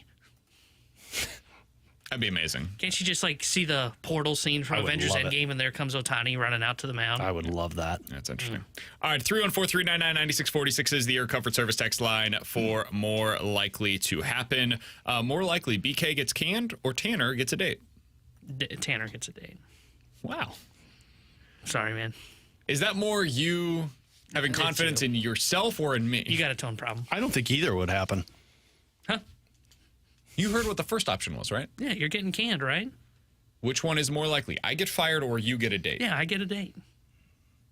He's saying you're not going to get fired. Correct. And I don't think Tanner realizes that's what he's saying. You're complimenting BK right now. Sorry, yeah, you get fired. That's what I was confused by. Yeah, sorry, I wasn't confused by his confidence in himself. I was confused if he realized what was happening. This is making me look great from the segment about 30 minutes ago. I'll say it's more likely BK gets canned. Yeah, that feels right. Yeah. I don't. It's T-Bone. I'm sorry, man. I don't see it T-Bone, happening. are you swiping over there still? Oh, yeah. Swiper's still swiping. I think you need to stop swiping and just start going out on the prowl. You know? Head on out to Ballpark Village for an evening. Well, he's got that karaoke bar right next to his Yeah, that is apartment true. out On here in Maryland Thursdays. Heights. Yeah, I should go out there. I think you should. Tomorrow night, I need you to give us a report back on how things go after you go to the karaoke bar, the local karaoke bar in Maryland And you need to Heights. stand up and your first song needs to be All by Myself. No, you What's don't your want to come go-to? off as depressing. No, Careless Whisper's a solid go-to for Okay. karaoke. How do you karaoke Careless Whisper? What do you mean? Do you air saxophone it when you're doing? Oh, yeah. Yeah, that's basically what you go to. That would be a go-to for me. More Than Words is solid by Extreme. That's a really good one. Yeah, see? It's a really good there's one. some good options. You got to have to somebody lead there with you, though. You got to make them in? do it. Do you ever sing anything from the last 20 years? I don't know. Something post 80s. I don't know if I know much from the last. Do you sing 20 anything years. post 80s? Nah, man, I'm old school. I think it says that on my bio. That suddenly it's starting to come Now I together know why as you're to not getting anything. Can you No, I will not read it on air. please? What are you talking about? It just says I'm old school. I'm in a band, old school. What was the other ones I've said? Oh, former athlete. Not in the best shape of my life, but getting there. I think we need one of your punishments. Like if you were to lose one of the months, we should have have a punishment that is exclusive to one of each of us. Like if that person loses this month, it is their turn to own up on this punishment. T-Bone should be. I will read my Tinder profile aloud and screenshot it and post it on Twitter. I still think that we are missing an opportunity to do a T-Bone dating show on this. Dude, we just always have way too much content to get to. No, we don't. I think especially this offseason where, let's be honest, man, the Cardinals. Off-season? How about this season? The Tinder Tuesdays for this offseason are not going to be what they previously have been. Yeah, we are missing so much content right now. We could get some kind of a sponsorship. I'm sure we could get an endorsement for you with a local watering hole where you could go there and you could take somebody there for your first dates each Thursday. Find Italian. B-Dubs gets involved. Every Thursday, T-Bone's going to Buffalo Wild Wings with this. I'm telling you, man, you're missing an opportunity. 1, to find love. 2, to get money. Who doesn't want both? Love and money. That second one sounds great. Yeah. Somebody on the text line said, I'll go to the karaoke bar with you, T-Bone. Someone also said T-Bone sings Endless Love in both parts he sings. T-Bone, come pick me up. I'll be your wingman. Got a bunch of people that are here for you, man. What do you think a wingman does for T-Bone? Just starts give the him conversation? as many shots as possible, because once you get him a little loosey-goosey, yeah, he's good to go. We've seen him in his element before. Yeah, he got a little starts laughing. Yeah, but he got emotional. He got emotional too, man. He wanted to give hugs and things, and it's like, T-Bone, what just happened, man? No, that did not happen. He's Alex's T-Bone. I'm BK. That had to be BK. Alex gets drunk and just starts throwing cans across the studio. T-Bone gets drunk and pass out on a bed. It's great. No bed bugs though. I woke up in the fetal position in our hotel room. He did. It was really uncomfortable. We're making our show sound like it has some problems. Drinking problems? Absolutely. Coming up next, are the Cardinals closer than they appear right now? We'll talk about it here on 101 ESPN.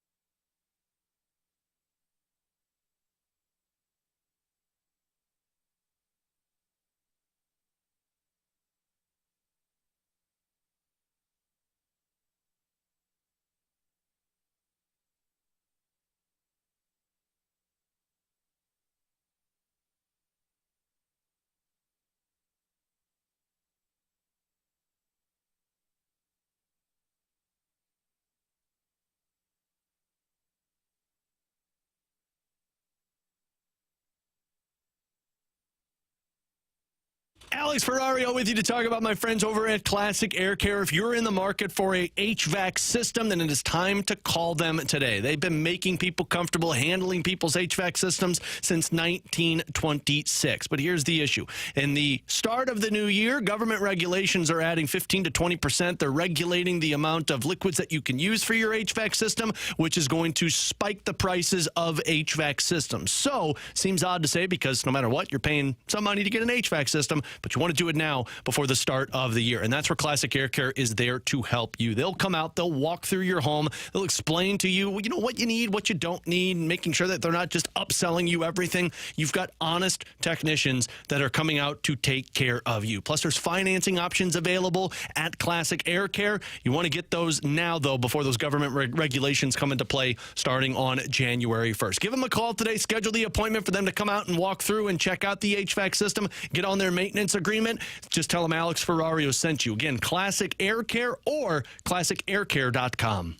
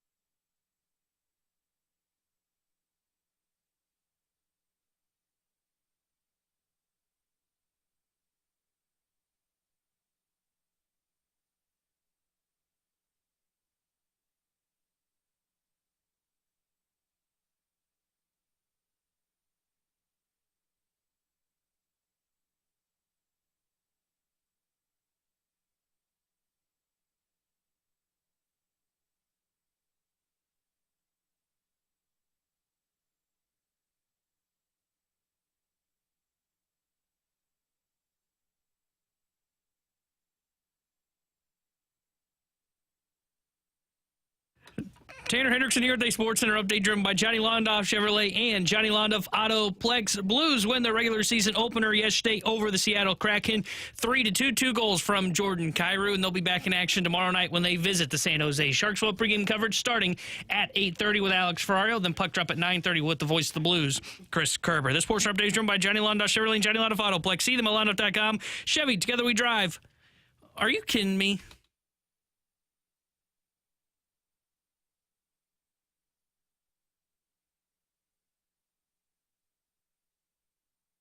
T-Bone, right before that update, said, guys, I got my Tinder top match options for me for the day. I call BS. Every day at 12:15. I don't think Tinder's even on your phone. Probably why it's my worst segment. 12:15 every day.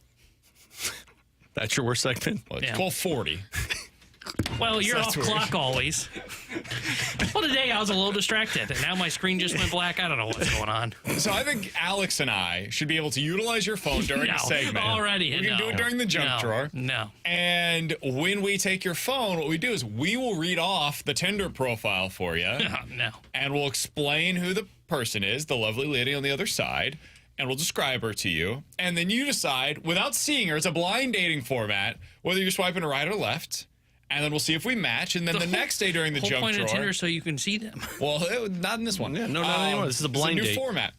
Blind And then dates the work. next day we can do the junk drawer where we can decide what to say to them whenever they do match with you. It'll be great. Yeah. It's a new Tinder Tuesday idea because our older one was like, we go through options for the Cardinals to sign in the offseason. still Guys, do that? they're not signing anybody. Well, so let's we, be about prospects. Look, man, the ultimate wingman are two guys that are married and happily married with children. we had a half dozen different people that said on the sex line they'd be happy to go with you, T-Bone, to a karaoke bar. Someone offered to pay you if you don't get a phone number. Yeah, he said $50 guaranteed come into your pocket if you don't get a number by the end Feels of like the a trap. If I'm you, I just go and sit in the bathroom the whole night. night. Just get paid. Get the $50 and I'm Free out. drinks, get paid. Good night for all. See ya.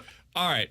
So over on The Athletic, Jim Bowden put out a list earlier today. Our guy Jimbo, he was right. Cardinals were not a playoff team. Said they don't resemble a playoff team. This is not a playoff Never team. touch base with him. He was right. Well, he touching ranked base. today among the teams that did not make the postseason Who is best positioned for 2025? Alex, I'm going to go through this list for you. Cardinals are number 1. Number 1 is the Seattle Mariners. Oh, okay. Number 2, Arizona. Number 3, the Texas Rangers. 4, Boston. 5, Cincinnati. 6, Minnesota. 7, Chicago Cubs. 8 was the Rays. 9 is the Blue Jays. Oh, boy. 10 was the Pirates. Ooh. 11 is the Nationals.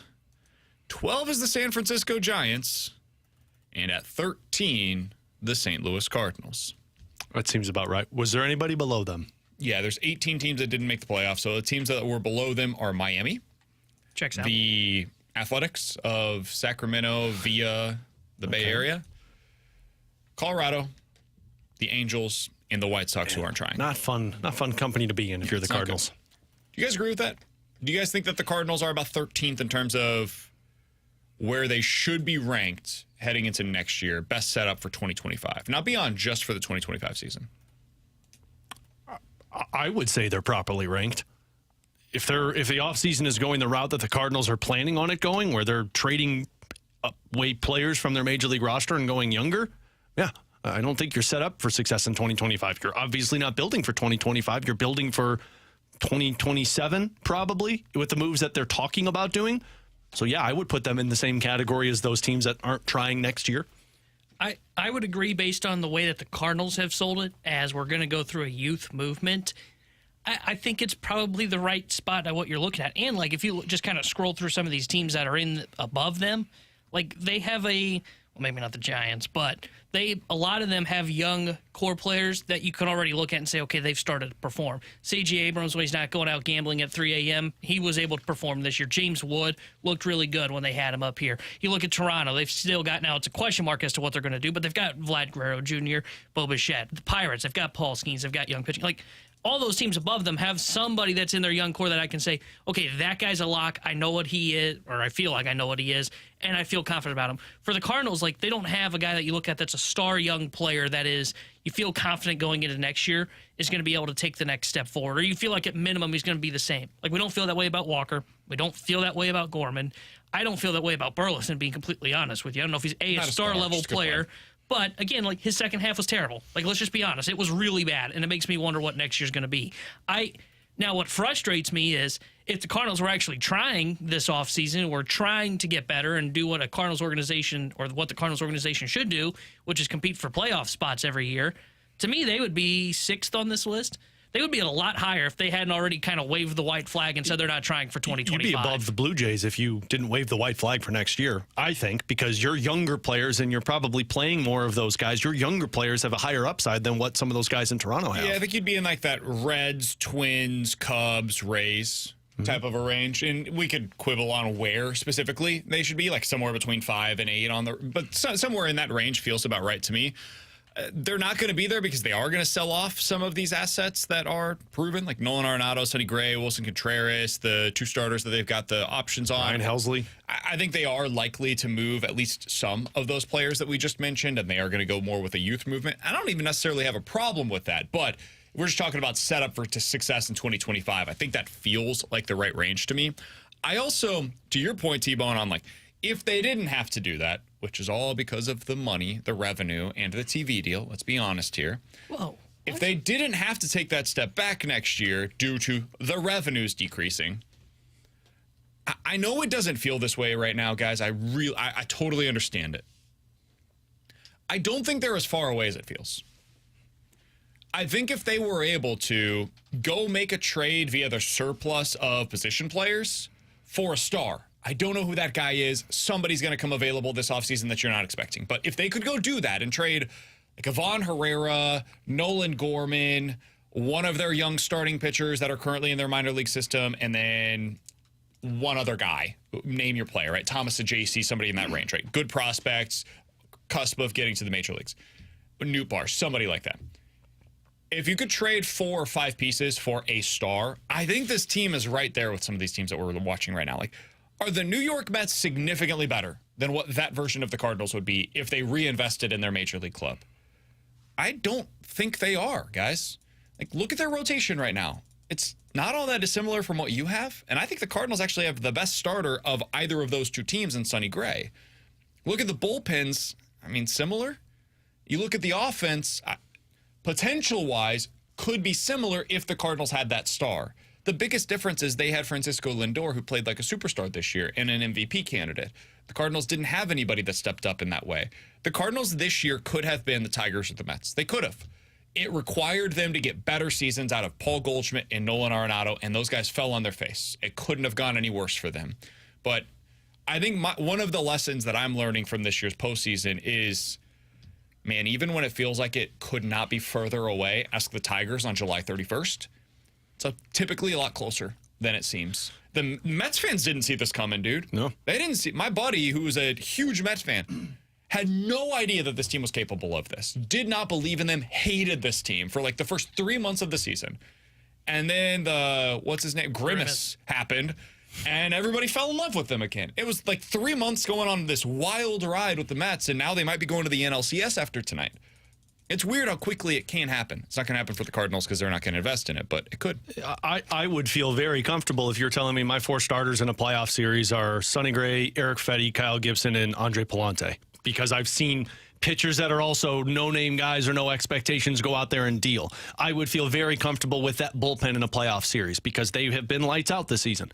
I would even feel comfortable with your complementary pieces because you've got guys that could get on base. You've got guys that could come up with big moments. Mason Wynn, Brendan Donovan, Alec Burleson. Haven't seen these guys in the postseason. You know what I don't feel confident in, and I will never feel confident in until they make a move to get a guy who has done it on that level? Let's do what PK mentioned. You don't have a star. You don't have a Tatis Jr. who's coming with a big home run to just kill off the opponent.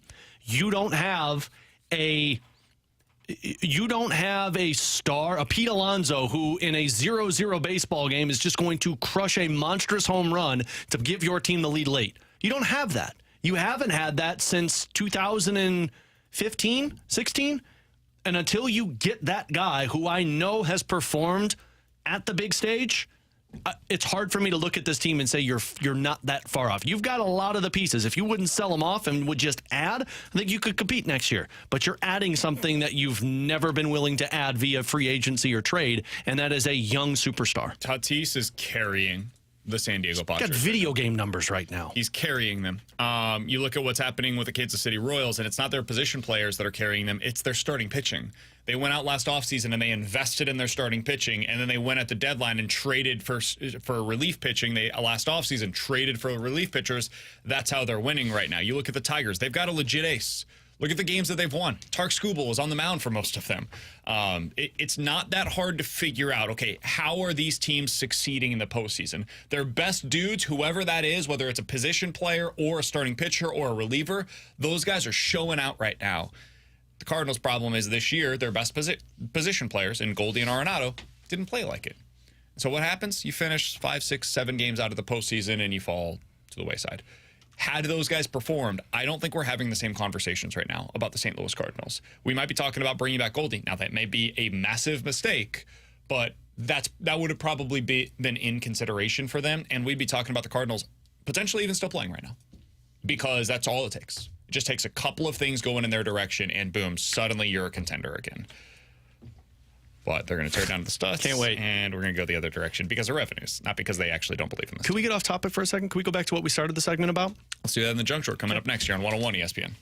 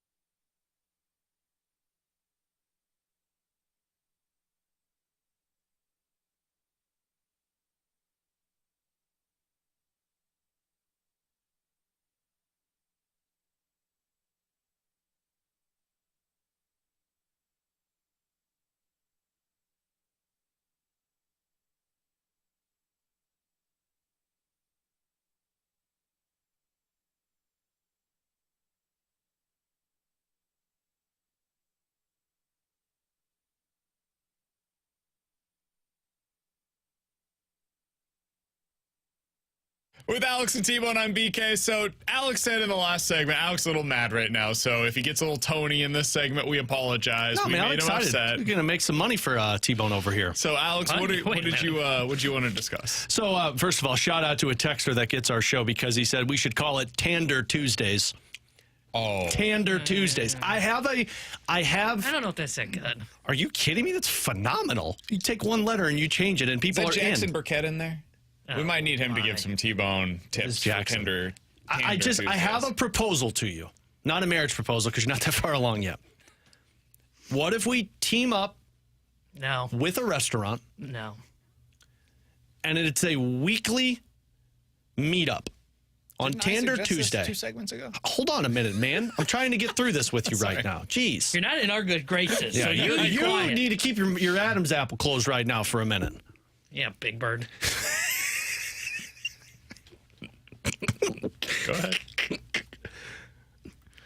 What if we've got a weekly meetup, blind date with T-Bone, and a Tinder choice from BK and Ferrario, and BK and Alex... Oh, no, out. Hold on a minute, man. I swear, if you say you're like sitting behind me at the restaurant. No, we're sitting somewhere that would with a camera and a microphone, and we're giving T-Bone tips throughout the date. I think we should just do a post-game interview with both sides. I think that'd be better. Just randomly run up to the girl after the date with a camera and be like, what did you think of Tander? You're like paparazzi. What did you think of Tander Tuesdays? I think we could make this work. No. I don't think we can give T-Bone tips during it. I do, however, Give her tips. yeah. Okay, so here's Put this hidden microphone in. We love T-Bone, but he's got some quirks. T-Bone, you said there's something called Tinder Gold, and you're not paying for this? Yeah. Well, what do we got to do? Nothing. What is this? I'm not Explain it paying- to us. It's my, what would be the word? Philosophy. I Somebody won't pay. texted and said, call it weekly meetup, MEAT. Hey, Jackson. Can we get Jackson in here? We need some help. We need to get some advice for our guy T-Bone. From what I understand, Jackson's a veteran on the Tinder And streets. he's a bachelor. You're a veteran in the well-versed Tinder bachelor. streets. I have a girlfriend now, but Were a veteran. yes. Previously. Congratulations, first of all. Cover all my bases here, as hard as it may be to believe. Congratulations. Were you a gold member? No, I never paid for it. I had a buddy who had himself a taste on a certain New Year's Eve and bought a whole year of Tinder Gold, and he said it yielded no return. See, that's so what I'm saying. that deterred me from ever purchasing Juice it. not worth the squeeze then. Certainly not, but That's how I've felt, by the way. yeah, Yeah. yeah. I mean, it's. it's Did you find love on Tinder? Bumble actually. Oh, really? T-Bone, are you on Bumble? I've got Bumble. Bumble is Okay. cool because if the woman reaches out first, that's how it differs from Tinder or Hinge. And so when My they pickup reach lines out, probably suck, so it makes sense for me to be on Bumble. but you know there's some level of interest because they're messaging you first. So Sure. it feels like you're starting on first base in a way. What is it, the Sadie Hawkins dance? That kind of an idea? Exactly. That That's brings exactly up a right. sore It's- subject. Yeah. Not a lot of success on the Sadie Hawkins dance. Sorry, What is that? I don't even know. For the girl to ask girl the guys asks to the guy. dance. It's same idea. It's just Stayed home a reverse. lot of Sadie Do Hawkins. you have any tips to Tanner? As somebody that was a veteran of the Tinder Bumble streets, you found some opportunities there for you. T-Bone is hitting a dry spell. Do you Yeah. have any tips as to how to be successful on the dating apps? Something that stands out, like either a picture or something in your profile that stands out just a little bit. I mean, that's probably not great for me because I got in radio for the looks, you know? Right, no, I And get then we that. added cameras. Obviously, I get take a that. picture with your shirt off. Self-deprecation always goes a long way. Yeah. Always being self-deprecating, both in radio and on Tinder. T-Bone putting in his profile that he used to be a pro athlete doesn't help. Yeah, that's certain. That's no good. T-Bone, We're So I on for should two take right that now. out? I would. What about the part where I say I'm in a says- band? Are you in a band? Let them Are we a band on Thursdays? Let them peel back those layers. You know, don't be on Front Street with it. Let them peel that back because that a little mystery. I'm And not a very deep onion. And if any of your first messages are just the word "Hey" or "How's it going," you're already off to a bad start. Oh, really? Really? I thought that was the go-to easy. You got to be a don't do- wordsmith, right? You gotta give a little bit more than that. You gotta give a little bit more than "Hey, how's it going?" They could get any guy off the street to say. Well, I'm ask him, like "Hey, any how's it guy, going?" so. But you don't want to be any guy. So what was like your lead line? I don't know, dude. I failed miserably for 3 or 4 years, and then I found This is the gold. content we need right here. I found Do we gold. have to do eventually. sports for the next hour? This I would be know. way more We entertaining. never do sports, so it's. So do you remember what your opening line was with your girlfriend now? Something about Trader Joe's. Good. Yeah, so, but the greatness right. that is Trader Joe's. No free ads. respect but that. Yeah, yeah. The Trader Joe's. I remember that Right down being the a street big part over of here. it. And then you find common What was your interest. first meetup? Dinner in the movie? With dinner. I think we went to Circle 7 Ranch. Good call. Yeah. See T-Bone. Ranch. What You need to movie? take some. The first movie is actually Tipsy. crazy. What is it? What was There's it? a little movie called Saltburn. I don't know if you guys know. Familiar. There's certainly some people in the audience. It stars Barry Keoghan, and there's a couple scenes in there that are deviant as all get out, debaucherous. Oh. And it's That's like when you knew. It's like going. Your first date movie is like 7. Oh, You know? sure. Like, it's like, wow, this is depraved. It's like I do not feel great after this. The first thing I pulled up when I typed in Saltburn and says, "Why was it so controversial?" Filled with an abundance of viral scenes. Folks should go look up the bathtub scene. Dude, And, you took a girl to see this. she suggested it. Oh, That's how I knew she was right for me. man. Yeah, yeah. I don't even know if I could read this description on air of what the film is about. I T-Bone wouldn't. should just start sending out the one-liners that he uses on me and Alex, which are, I could hit a Ryan Elsey fastball, or if I was in the I'd win Olympics, gold I in think ping I would pong. win gold in ping pong. Do you know the That'll meme play. of it's the person, it's like a cartoon of someone with a pickaxe and they're underground, they keep picking and picking, and they turn around just a few inches before they hit the diamonds? That's what all these dating apps are. You gotta just stay consistent. You'll hit eventually. You could miss 100, 200, 300 times. If you just find the one, that's all that matters. And In you can other delete words, them. shoot or shoot, T-Bone. Yeah, Just shoot keep or shooting shoot. your shot, man. Shoot or shoot. Just keep swiping. Just keep swiping. Just keep grinding. Don't be afraid to go on dates. If you were in a bind, Jackson, to where, you're just a little bit of a dry spell in the Tinder game, would you allow 2 of your closest friends to help you In other the words, would you Tinder let game? Tim help you? Sure. Thank you. Sure. No chance. I mean, See, he's in it if you for the keep, content. if you keep missing, like, what's the downside? Well, I'm not on what if it was only like a month of a cold streak? No. Well, were you hot before that? Oh, no. But You told us you were a chick to be magnet. fair, well, okay, I was in my prime, I was. But to be fair, I wasn't trying before then. You're 23 years old. You're not even I'm near your 25. I'm prime. a lot older now. Yeah. If you, It's would only you been like a consider to month be since your I've been prime? trying. Oh, definitely like 16 to 18. Hey, don't put a picture of you when you were dated 16 or people from your 18. school. maybe That's a little that's a move. different, man. Just re-enroll into a school and then Go back to college, start back my get in the college student life. body, Oh get my involved gosh. there, You get get involved on student campus. loans, Dude. to help yourself. Billy Just Madison kidding. 2.0. Yeah. I'd is what stick it with is. college. I would stick with college, but Maybe either not. way. No, it's adult Billy Madison. Yeah, I think just for show content, you do it on air. You go through, and also Hinge. Hinge is the best of them all. Hinge is the best of them all. See, That one I don't have. that's Jackson Burkett. Jackson nailed it. Jackson Bennett Burkett. I think you. that's Yeah. required for me to say his that's middle Full name on this Yeah, if particular you go to do, you get the airwaves. full name. So, thank you. Yeah, to thank you, Jackson fellas. for Hey, hopping seriously, in and- have a great show. I can't believe you took a girl to see this movie. This is intense, No, man. it was actually the opposite. Again, she took him to see the movie. Well, once you read the description of that movie, you will say that one was a winner. That's when you know. Yep. T-Bone, do you feel better now? No. Will you allow I think us he to help? I think he caught the perfect girl. It sounds like. He did, because he would allow people to help him. And I'm gotta no, he keep did going, not. man. He did not. He didn't say Tim was helping him out. No, he said, but he would would have have. if he didn't strike. He said gold. if That's it's easy not- to say when you've already hit. He said gold. if it's not working, Yeah. you got to try something else. He said also I wasn't in that long of a cold streak, so no. This is great from the 314. I one of these days, like, we're gonna get into a pretty dark place with the sports here in St. Louis here. Not the The next Blues. few months. Did you watch that game? One, man. I do think that we should maybe do like a weekly Tinder Tuesday of story time from people. February is going to be when they've got the Four Nations The tournament. month of love. Perfect. That'd be great. Valentine's Day. I need to hear all of the best dating app stories. My first Tinder date, according to the 314, turned into her helping me optimize my Tinder profile.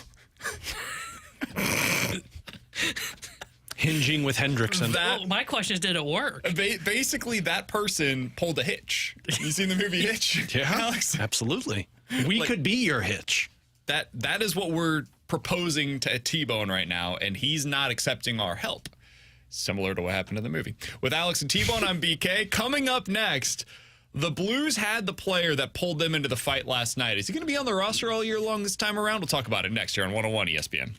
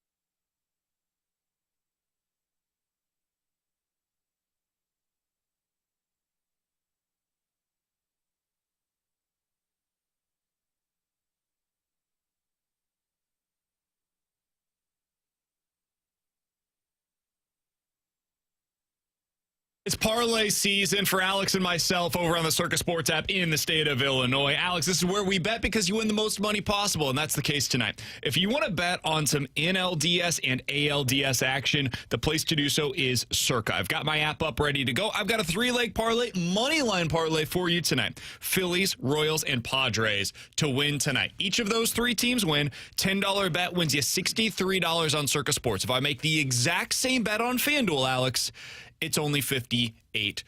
I'm winning more money with Circa. That's why I bet exclusively with them. Absolutely. Whether it's the high app limits that they don't have to where they're not limiting people based off of their winnings. Everyone is going to have the same limits. Or those future bets that you heard BK just talk about, those big parlays. They're making sure they're keeping as little money as possible. You're always winning the most over at Circa Sports. So whether it's these baseball parlays, your football parlays, heck, maybe you did a hockey parlay like I put together yesterday, getting the most money possible is the most important factor, and that's Circa Sports Illinois. Download it today. If you or someone you know may have a problem with gambling, call 1-800-GAMBLER or text ILGAMB to 833-234.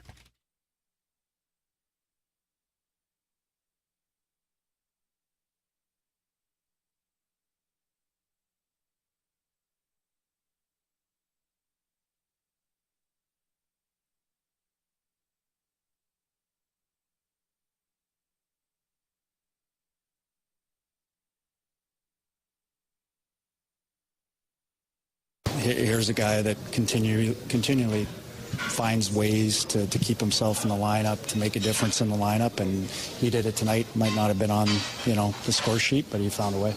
It seems like every time they put Nathan Walker into the lineup, you hear something like that from a coach, a teammate, somebody that's involved with the St. Louis Blues. With Alex and T-Bone, I'm BK.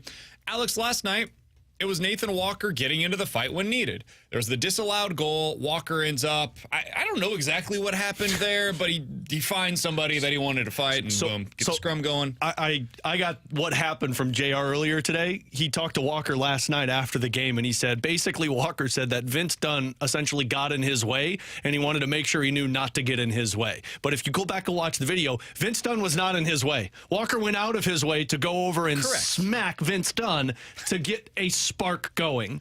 And good for Nathan Walker. That's the rule, dude. And that's what I like about having him as a part of this team. He played 9.5 minutes last night, and you felt every one of those minutes from him. That's what you need out of your fourth line. Like, Texier is not a fourth liner. It's okay. There's nothing wrong with that. Texier is a guy that you want in your top 9 because when he's on the ice, you want him generating offense. Yes, he's going to be a bit of a liability defensively. You live with it. Walker, Toropchenko, Fox, Sonny when he gets back. Those are prototypical fourth-line players that will drag your team into the fight. You can put them on the ice when you need a little bit of momentum shift, and they will go out there and they'll hit everything that moves. And if you need a fight like that, those are guys that will potentially go out there and get that accomplished for you. Alex, Nathan Walker should be in the lineup every night that he's healthy this year. Every single night. That's where he's at this point in his career. I feel like we've done this for like 3 years now, where Walker will go up and down, and he'll come up and, whoa, okay, Nathan Walker can play a little bit. And then he goes back down. And he comes up, and it's like, whoa, 2 goals tonight? Where'd that come from? Whoa, he gets in a fight exactly at the right moment when they needed it the most. Every time he's up, I feel like he's making significant impacts on the game. Just let's see what this thing looks like, man. The rest of the season, I know he's not some young player anymore. He's 30 years old, but he's a guy that can help you keep him up here for the length of the season. So, you know how the Blues pulled the old, there's 600 winning percentage when Pavel Buchnevich is at the center position, so he's got to be a center for us, right? Well, let's play the old, what's the Blues record when Nathan Walker's in the really lineup? What is because last year, Nathan Walker was not in the NHL with the Blues until January 4th. Their record from January 4th on, 24, 14, and 4. That's amazing. Yeah. Now, I'd have to go back and look at what it is prior, but Nathan Walker, since he has been a member of the Blues, has not played a full season with the team. Yeah. It was 56 games prior to that, 30 games prior to that, and then 8, and then 5. Nathan Walker is a spark plug. I go back to, and I want to pull it up while I'm saying this because it just popped in my brain. Oskar Sundqvist, his first season with the Blues. Oskar Sundqvist wasn't anything inspiring in his first season. He had 42 games played the year he was traded for, and he scored 5 points. And that season, he became one of Craig Berube's favorite players. And Berube was the assistant coach at the time, then took over as the head coach the next season. Nathan Walker is not going to score 15 goals for you. Nathan Walker is not going to go out there and fight every single game. But you know what Nathan Walker is going to do? Understand the pulse of the game and jump in when it's needed. I'm not sure he can't get to 15 goals is the craziest thing. I'm not expecting it. But last year he had 7 in 45. He scored a hat trick 2 years ago. In 2022 he had 8 goals in 30 games. I think 15's the ceiling for him. I don't think he's going to get any more than that. He's just not going to have the playing time to be able to get there. But he is skilled enough and fast enough as a skater to have a couple of breakaways, and maybe he finishes the year with like 10 to 12. That shouldn't surprise anybody. And he, again, contributes in ways that are necessary for you to be a winning hockey. What's hard for teams to stay consistent with winning is they have guys that don't want to fall into line with what their role is. Like certain guys don't want to be an enforcer. Certain guys don't want to be a forechecker because they believe they got an offensive upside. You've got a player who knows exactly what his role is for a team, and that is an ish disturber, but somebody who plays north-south hockey and create a spark. And Nathan Walker did that last night. I wrote it down in my notebook the moment that he took that hack at Vince Dunn. And I said, spark by the Blues, do they capitalize on it? And all of this could be for naught if they did not score the power play goal. Power play doesn't go in. I don't think they make that comeback. And that's ultimately what matters. Yeah. You got to produce. And last year you didn't produce. When there were sparks, you just kind of sat back and hoped it came to you. Last night, Nathan Walker did that. His teammates followed. Toropchenko got into the fight. Foxa got into his scrum, and then the Blues capitalized. Nathan Walker is an essential piece of this team to have success this season, and it's all because he plays his role to a T that other guys can play their roles. I don't want to make too much of it. I'm not sitting here telling you Nathan Walker, the guy that's going to make this team into a cup contender. I don't believe that.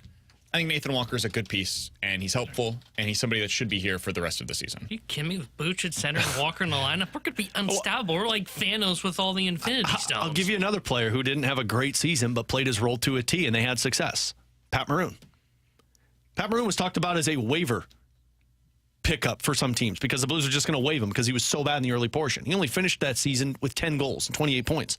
But he played his role. He was a big body who forechecked hard, created puck possession, and the other teams capitalized on it. Nathan Walker is a guy who knows how to play, and it sparks a flame for the Blues in the offensive side when Walker gets involved. I feel like we do this thing, I think it's in hockey in general, or where you so badly want to have the old school days of like having an enforcer on the ice at all times. It just doesn't exist really for the most part in hockey anymore. You need guys that can go out there on your fourth line that can play. Toropchenko can play. That's why he's a part of this roster. He's a good hockey player. Nathan Walker's a good hockey player who also happens to have that physicality in him. You know, and I know he's like T-bone size, but he carries himself like he's a really big player. And he's gotten into scraps and held his own. I don't think he's a guy that like intimidates the opposition, but he's a guy that when he's on the ice, you actually have to care about him playing hockey. And for a lot of those guys that are the intimidation factor, that's all they bring to the table. Remember when they had Kyle Clifford on this team? And he'd go out there and 20 games. He was just a boxer that happened to be on skates. Yeah. Well, even Dakota Joshua, they used him as that guy, and that wasn't Dakota Joshua. Vancouver used him as a third liner. Dakota Joshua is a good hockey player who can bring some of that physicality to the game. So I'm glad they are leaning more now on guys that can just go out there and help you win hockey games. Nathan Walker's one of them. I think you have four guys that are good fourth liners right now, and you can rotate them, keep everybody healthy and whatnot. Fox is a good fourth liner. Sonny's a good fourth liner. Walker's a good fourth liner. Toropchenko might be an elite fourth liner in the NHL. Matthew Joseph is an elite fourth liner too. I mean, and you know what this also does? It keeps your top players healthier. It doesn't force Braden Shen into taking matters into his own hand. Last night for me, before the Nathan Walker scrum, there were two incidents to where Seattle skated in and took a couple of extra hacks at Jordan Binnington with a loose puck. There were five guys that swarmed that player immediately. And a lot of the time it was Fox, Toropchenko, and Nathan Walker that were on the ice. You haven't had that for like 3 years. And if you finally have that, you at least make other teams pay when they go to the front of the net.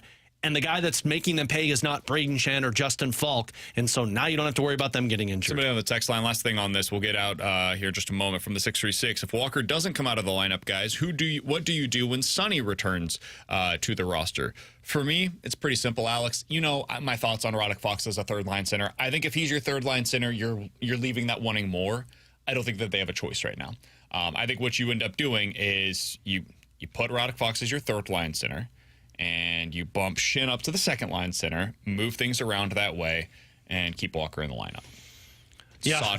Sod will be in that third-line position. Essentially Texier that's coming out. Probably Texier that comes out of the lineup. And that's, once again, this is the internal competition that we talked about, because you know what Walker playing this way does? Forces Texier to not make mistakes and play up his level of play. You'll and also if he have doesn't, guys that are you probably switch things up every once in a while with this lineup. You have 13 forwards that can actually play this year, and I don't think Sonny's going to play 75 games. I think you're going to have something where if you're playing a back-to-back, you probably have one of those games where he's in and another where he's out. In that game where he's in, you have Roddick Fox playing third-line center. If you have that game where he's out, Fox maybe bumps down. You have Texier come back into the lineup. You move Booch over to center potentially. You make it work over the course of the season. And even if you didn't want to do that, Walker can play the center spot. He's done it in the past for you if he's your fourth-line center. But that's probably the way you go about it. There are certain games that you want more physicality. There are certain games that you want more finesse, and you just decide what those matchups are. He's Alex the T-Bone on BK. Coming up next, has the pitching in the postseason just become a luck box at this point? And if so, what does that mean for the way that the Cardinals should be constructing their roster moving forward? We'll talk about that next year on 101 ESPN.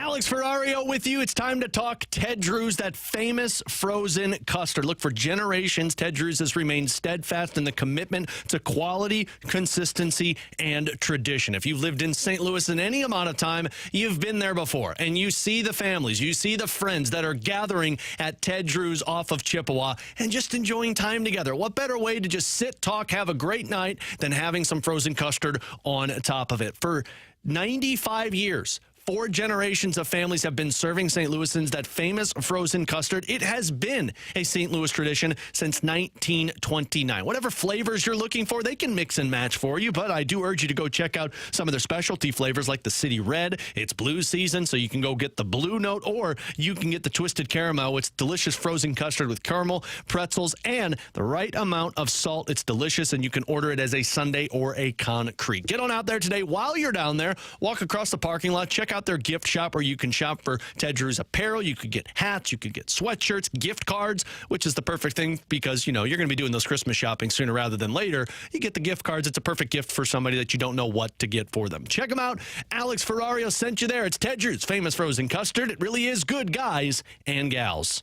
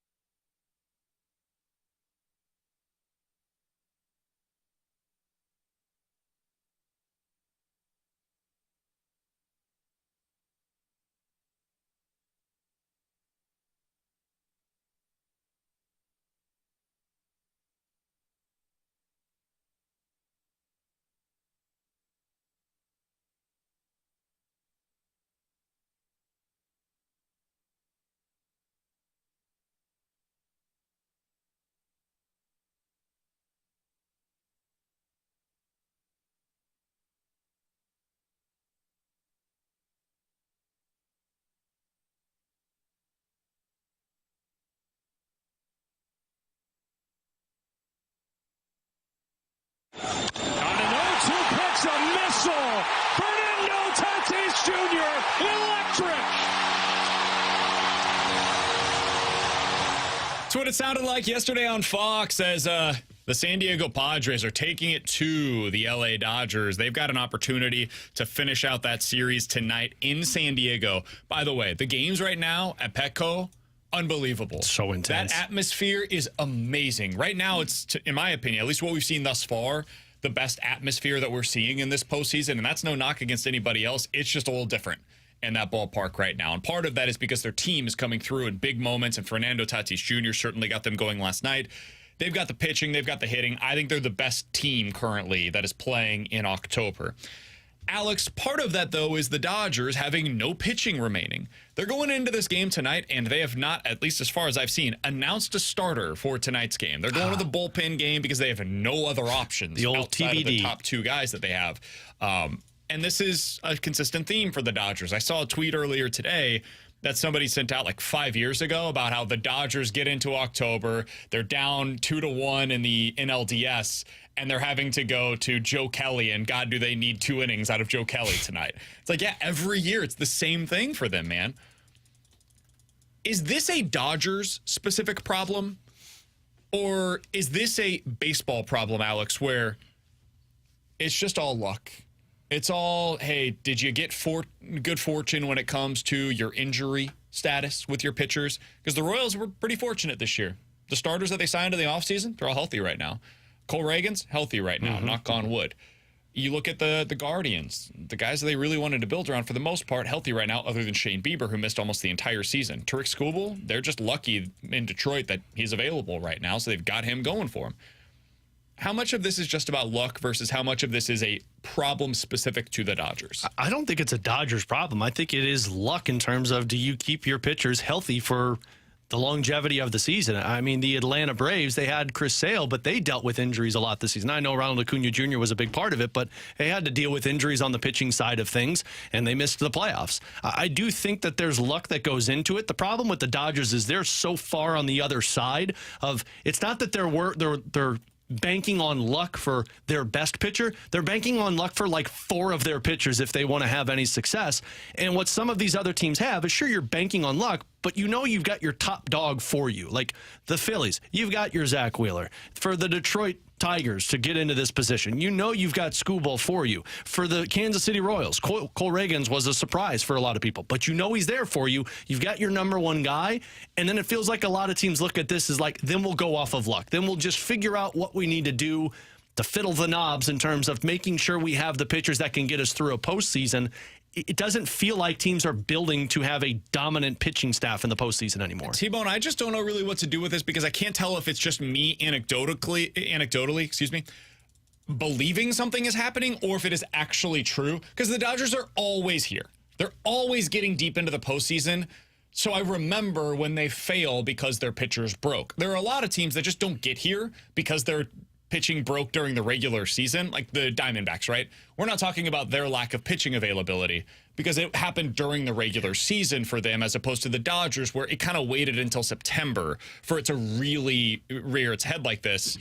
So I don't know if it's just something that I'm doing in my own head, where I'm constructing a narrative that isn't real and all teams deal with this stuff. It does feel to me, and it's purely feel, I don't have numbers to base this upon, that the Dodgers, I don't know if it's the way that they handle pitching in their minor leagues and the way that they develop it. I don't know if it's the way that they don't allow their pitchers to go as deep into games. I can't put my finger as to why this is happening. It does feel like they deal with more pitching injuries in October, or more ineffective pitching in October, than many of these other teams do, and I can't figure out why that is. Yeah, I personally just think it's luck, because I mean, you just mentioned who are 2 teams that I can point to that missed the playoffs. I can just point to and say, one, I don't know if they're talented, but this other team was just, they didn't have their guys for the whole year. Tampa Bay Rays. Rays didn't have their best. Shane McClanahan didn't pitch the whole time. You look at, you mentioned Arizona. Arizona, like, they didn't have Merrill Kelly for most of the year. They didn't have Eduardo Rodriguez for a big portion of the year. And then Montgomery was bad, and then Zach Gallen spent time on the IL. So I can see how their pitching really went through it this year. I think it's all just luck of the draw. It's why I hate when you hear teams saying, like, oh, we really got to be cautious with our pitchers, especially down to minor leagues. Like, you look at how the Cardinals are handling Tin Cans. Like, I think his career high in innings isn't even at 100 yet. Like, that's insane. That can't be a thing. I understand the idea of being precautionary with it. Guys, it's probably, outside of getting drilled by a linebacker over the middle of the field, the most dangerous thing you can do in professional sports, which is throw a baseball. Because the arm's not meant to do what these guys are doing with the ball and the way that they spin it and the torque that they put on their elbow and the ligaments that are in there. It's just a luck of the draw. These guys are going to get hurt. It's why I was critical of the Cardinals when they're like, well, we got to be really careful with Sonny Gray because, we lose him, we're screwed. Yeah, you know what? Banking those innings, guess what? A, you didn't even need him in the home stretch because you weren't a playoff team. But B, these guys are going to get hurt. It's going to happen. You've got to be willing to just admit that. And that's where I still think the Dodgers are building the right way. I mean, you read off all the guys that they have on their injured list earlier in the show. That's an incredible rotation if they're healthy. You know what? Luck of the draw said this year, well, they weren't healthy. But it happens every year. That's what's weird. Is I'm totally with you. At a certain point, don't you have to wonder, like, are we picking guys that are more prone to injury? Are we building around pitcher? Because Tyler Glasnow is the exact kind of guy that we're talking about here, right? High ceiling, the floor is he doesn't pitch for you. And guess what? He's not pitching for them. But he stayed mostly healthy this year is the crazy part. Is for the most part this year, he was available. Clayton Kershaw, everybody knew coming into this season, there's a real concern that he might not be healthy. Well, this isn't even an arm injury. Sure. Zach, isn't it? Toe. But that's the thing that's crazy. Been there, man. But he is somebody that has dealt with injuries in his past, so it wouldn't have been shocking had he dealt with more injuries now at this point in his career. They built a fragile rotation. And I would have done the exact same thing. I would have made the exact moves that they did this past offseason. I thought they were really smart. I thought they went about it the right way, and it didn't work. The Phillies are similar to me. Like, a lot of the time, I think you can look at the teams that end up losing in the postseason, especially the DS, CS, whatever, and you can see, okay, this is where things went wrong based on what they did last offseason. You can see the spots on their roster that they fell short. I don't feel that way about the Phillies. I look at this Phillies roster, and I'm like, man, I don't know what else they could have done. They built up the bullpen in a way that they hadn't in previous seasons. That used to be Dave Dombrowski's. Like, he has no idea how to build a bullpen. Not this year. This year it's pretty good. You look at that offense, and I look up and down. They've got young guys with Stott and Boehm. Stott isn't playing now, which is weird, but they've got young guys that can come through. They've got superstar talent. They've got legit starting pitching. Like, they do not fall into the category of what we're talking about right now with the Dodgers. They've got all of the starting pitching you could ask for. It's all there. And still, they're going up against this Mets team that I don't know if they're actually good or not. And they might win the World Series because this is what happens in October. And it might result in them being done before they ever won a series this year. Do you view the Padres rotation as kind of fragile? Probably, because Darvish has dealt with injuries in the past. Cease has had some of that, and he's certainly the type of pitcher that you would expect to potentially deal with some injuries. Darvish didn't deal with injuries this season, though, right? Yeah. He was on the Darvish personal stuff. Well, he had the personal stuff away from the field, yeah. Let's say, because Darvish has not started, like last year, 24 starts, spent time on the injury list, but only 136 innings. This year, I think there was an elbow issue early on, but then also, yes, personal stuff, but only started 16 games. Joe Musgrove, who's having Tommy John surgery now, has not started 20-plus games. Yeah, he's having Tommy John. Joe Musgrove has not started 20-plus games in each of the last 2 seasons. Michael King, this was the first year he's been healthy. Guys, he's over his innings career high by, quick math here, 69 innings. Yeah. Well, more than that if you include his postseason. So Dylan Cease is actually the only guy that's posted. He's made 32-plus starts the last 4 seasons. Yeah. Like that, it's just how pitching is. Yeah. I think it is just a game of luck. And I understand that we look at the Dodgers and say, what happens every single year for them? Are there guys that probably are more injury prone? I'll believe that. I also just think it happens to be timing. Like you said with Glasnow. Glasnow was healthy for most part of the season. That's the craziest thing, man. It just smacked him in the face, and all of a sudden he's out. Clayton Kershaw dealing with a weird toe injury. Like, to me, he doesn't even belong in this category. This stuff just happens. Are real. I know, man. I'm sorry. The thing for the Cardinals, like, how... If I'm a president of baseball operations or a general manager, the person that's in charge of the baseball operations side, what do I do with this? Because, like, okay, so the Dodgers, maybe they didn't do anything wrong. Maybe they did everything right, and it just smacked him in the face. Baseball luck, pitching is hard, guys get hurt. Okay, so what do I do next offseason to try to avoid this? Because it's happened now basically for the past decade. When you play a full 162-game season, it happens every year to the Dodgers. So how do I try to avoid it in the future? Because they tried to insulate themselves. They've got like 4 or 5 young guys that are on the injured list right now that they could have sent down to AAA, where they've just at all times ready to go. We got an injury at the big league level. We'll bring the next guy up, and we trust them to be able to be inserted into the rotation. I don't know what you do if you're a baseball operations guy. You take swings. You take swings and you hope that you're lucky. I mean, look, San Diego took a swing on Dylan Cease, and it worked out. The Dodgers took a swing on Tyler Glasnow. He was healthy last year, but you know what you're getting in Tyler Glasnow. He's going to have an injury at some point. But you took a swing and said, well, hopefully we get him lucky or hopefully he's healthy this year for us so that he's able to pan out. The 2 biggest swings that I loved that they took at the time, Alex, and I'm with you. That's what I would do. It was Tyler Glasnow and Chris Sale. And both were amazing this year. Staying healthy almost the entire season. You know what happened? Both got hurt right before the playoffs. Yeah. Sales was odd too. It was a back injury. But it was back spasm. The teams came out are of nowhere, and then boom, probably like a Cy Young contender in the National League. But you're these teams, you take swings and you say, let's see what happens. I think the lesson to be learned, and I don't know if it's from the Dodgers, because I like what they do. To me, we've always had the debate, you and me, BK. What do you shoot for? Do you shoot for high ceiling or do you go for a higher floor? I think when you're going with position players, it's higher floor. I think because what we've seen, and I think it's still the case, pitching wins in October. So what would I do if I'm building a team? I'm always swinging for the high floor on pitching. And that's why I didn't like the Cardinals offseason. You mean ceiling? Or sorry, high ceiling, yes. That's why I didn't like the Cardinals offseason. All of the moves were for a raise our floor up a little bit. Okay, well, that's great for the regular season. How do you explain the Mets? Well, Severino had a ceiling. I mean, we've seen him pitch well. Weren't the Mets trying to cut money? Shamanaya pitched well when he was with the Oakland Athletics. I think those guys, what I explain them is injuries. Are floor guys. Quintana is definitely a floor guy, And so is Minaya. I think Let's be Minaya. honest. I think Minaya now at this point, that was the expectation as a floor guy, and I would still expect that. But let's not deny Last that Minaya. season he had a 4.5. The year before that a 4.9. The year before that a 4. But The year weren't the before Mets- that a 4.5. but weren't the what Mets was, trying to what go? was his ERA in his final year or final 2 seasons with Oakland? 4.5 and a 3.9.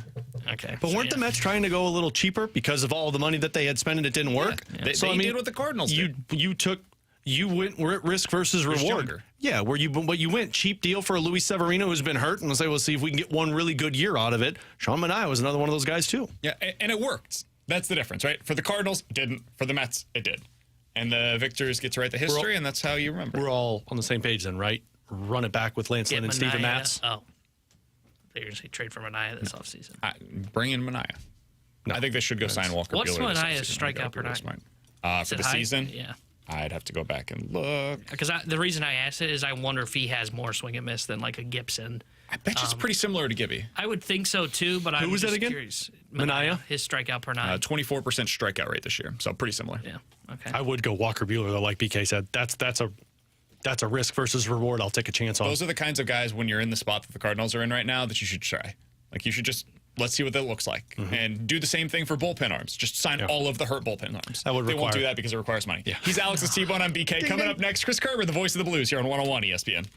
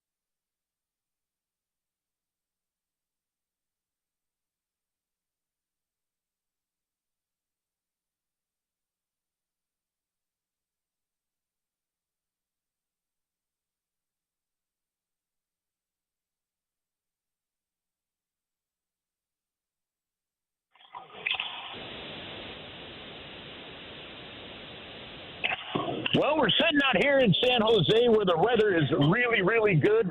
Watching the team practice on the ice. But you know what's going to happen? We know back home in St. Louis that weather's going to turn. Make sure that you get that furnace ready to go. If you haven't had it looked at throughout the spring, like we keep telling you about with Classic Air Care, now is the time to do it to make sure that you are ready for the winter months coming ahead. Get online, book an appointment at Classic Air Care. They're going to take great care of you.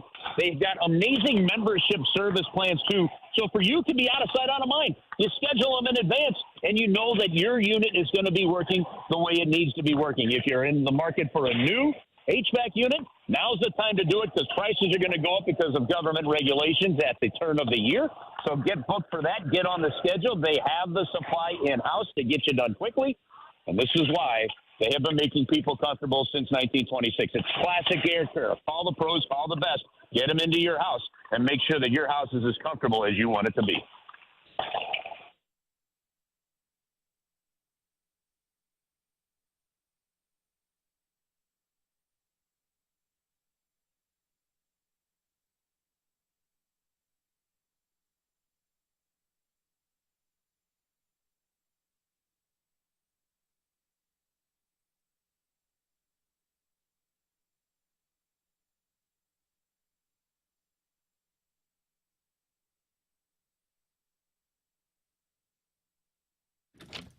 Tanner Hendrickson here at the Sports Center update brought to you by Saliga Heating and Cooling. Blues win their first regular season matchup of the year as they take down the Seattle Kraken on the road 3-2. 2 goals from Jordan Kyrou in yesterday's game. They'll be back in action tomorrow when they visit the San Jose Sharks. We'll have pregame coverage starting at 8:30 with Alex Ferrario, then puck drop at 9:30 with the voice of the Blues, Chris Kerber.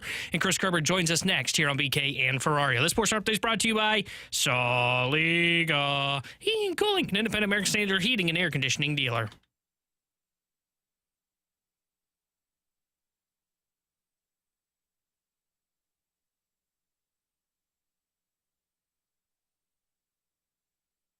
With Alex and T-Bone on BK, happy to go out to the 101 ESPN hotline coming off of the first game of the Blues season to talk to Chris Kerber. He's the voice of the Blues. You heard him right here on 101 ESPN last night. Of course, your home of the Blues, where you will hear each and every Blues game throughout the regular season. Kerbs, appreciate the time as always, man. What was your biggest takeaway from the Blues season-opening victory yesterday against the Seattle Kraken?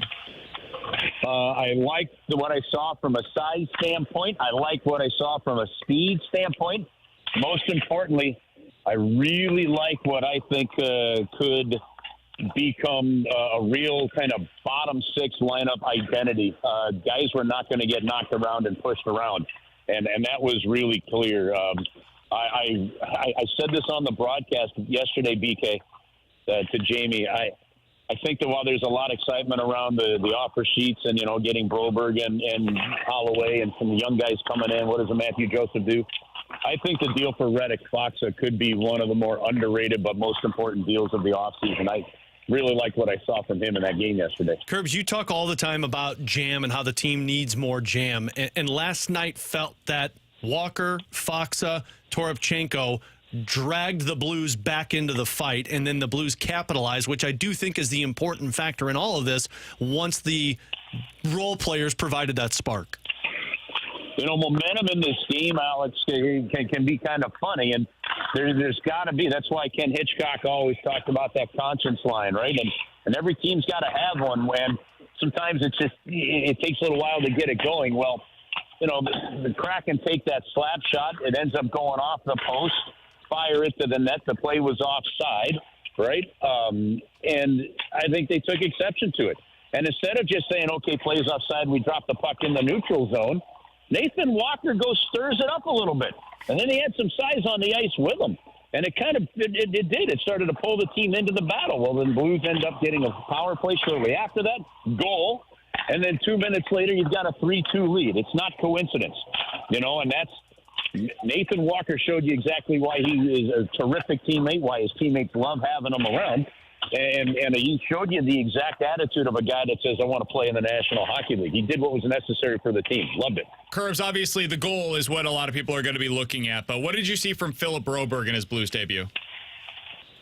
I thought he looked strong. I thought he was paired up well with Justin Falk. I had a conversation with him this morning, guys. He's just looks like he's in even better shape, probably coming off that injury and well rested.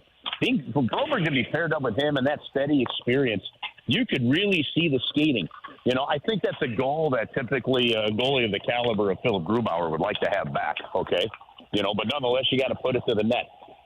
He jumped down into the play. There was a couple times you'd see him in front of the net. He was really eager. I thought he played with a lot of, you know, to use the soccer vernacular, I think he played with a lot of pace. You know, he was on it. There were a couple, you know, one of the things, guys, I noticed, like along those lines of Broberg, if there wasn't a play to be made, he took the safe route and chipped it out of the zone off the glass. But you could see him look for the play first and then chip it out. He didn't look out of place. And I thought he had a real solid game number one. Curbs on the offensive side, we saw Bannister break up the top two lines just to try and spark some offense that hadn't had a shot for nearly 10 minutes. Do you feel like the Blues are still comfortable with that those top two lines, the top six forwards right now as a group? Well, first off, I think you got to keep in mind that the makeup, I believe right now that they consider Brandon Saad to be in that top six. Okay, so some of what we're seeing here is a result of Brandon Saad not being on this opening road trip. So do I think they're comfortable with what they're seeing at the moment? Yes, but I also think they're anticipating Brandon Saad coming in. Now, it's up to the guys that are in that. It's up to Texier and it's up to Holloway to take advantage of that and to make that happen. And I think they did very well there. You know, sometimes just because of the momentum of the game, remember, the Blues only had 3 shots on goal in the final 13 and a half minutes of that first period, right? So in the final 2 minutes of that period, he made the change. He went back to it at the start of the second, briefly in the second, went back to it, and then he pretty much stuck with it throughout the rest of the game. I'm pretty sure that when we talk to him here in a couple of minutes, as practice is winding down in San Jose, guys, I think he's pretty much going to say exactly what you said, Alex. Now, we just didn't have some momentum, tried to give him a different look, tried to change the momentum things up a little bit, and that's why. So it's good to notice. I don't read too much into it yet because I think in the end, I like what you saw, frankly, from those couple of lines. Look, Texier, when I asked Drew Bannister about Holloway, Bannister took the conversation over to Texier. He said he really liked this camp. I thought Texier had a really good game. So he's another young guy at 25 years old. We got to keep an eye on and kind of watch as this early season starts. He could be a real spark for this team. Man, it's really interesting, Kirk, because we got somebody on the text line that said earlier today on NHL Network Radio, they were talking about Texier and how great of a game he had last night. Just totally full disclosure, I didn't see it, yep. But I so many people that I trust their opinion of what they're watching out there, they seem to really like what they've seen so far from Texier, so I'll have to watch him a little bit more closely in the next game. Did want to ask you one other question as we're talking with Chris Kerber, the voice of the Blues here on BK and Ferrario. Curbs, I loved what we saw yesterday out of Jordan Kyrou. It wasn't perfect. He's not a perfect player. He's not a well-rounded player necessarily. But when he was skating, he looked great. I thought he looked awesome from the jump as well. He's like the one guy on the team that I could feel that way about. What did you see from Kyrou yesterday? And do you think that him getting off to such a hot start will allow for him to not have the same early season disappointments that he had a year ago? I think you saw from Jordan in the last 6 weeks of last year some of that all-around game coming around where I think Jordan last year really game in, game out, made a concerted effort to try to be a better player defensively. When an offensive player does that, you do that at the sacrifice of some of that offense, and then I think it started to weigh on him. He started to figure out how some of that defensive play really then leads to offensive side in the last 6 weeks of the season. He looks comfortable. He looks energized. I know it's early in the season. What I saw from him in that game was assertiveness with the puck, too. Guys, he can really move that puck. He's got skill. And when I move with it, he can make plays with it. He can beat guys one-on-one. And I thought you saw that. So that was great. The key for Jordan, and yes, absolutely right, Brandon. Getting a couple goals is a great start, and that helps your confidence without a shred of doubt. The key for Jordan is just consistency. And that consistency doesn't mean you're going to score every night. Okay, it doesn't mean you're going to have a great shift. It doesn't mean you're going to have a great game. Sometimes you're going to have an awful game. But do you make sure that those real lows don't stay low? Like are you really minimizing those valleys and much more consistent? And it's time for him to do that. I think he's ready for it. And that's the key to his game this year, guys. We know he's got the skill. It's just consistently, night in, night out, can you impact the game whether you're on the score sheet or not? And his threat can impact every single game, whether or not he scores a goal. Hey, Curbs, appreciate the time as always, man. Great call last night on the game here on 101 ESPN. We'll hear you again tomorrow night as the Blues take on the Sharks in San Jose. Always appreciate the time. We'll talk with you again next week. All right, guys, have an awesome week. Cheers, fellas. See you, Curbs. That's Chris Kerber, voice of the Blues, joining us the day after the Blues got their first win of the season in their season debut. That was against Seattle. Tomorrow night, they are taking on the Sharks in San Jose. Alex is very excited. Pre-game coverage tomorrow starting at 8:30. Totally excited. There's nothing that gets me more amped up for a season than back-to-back post 9 o'clock starts. The best. Nothing better. Keeps me on my toes. Rewind might come very close, and it's next here on 101 ESPN.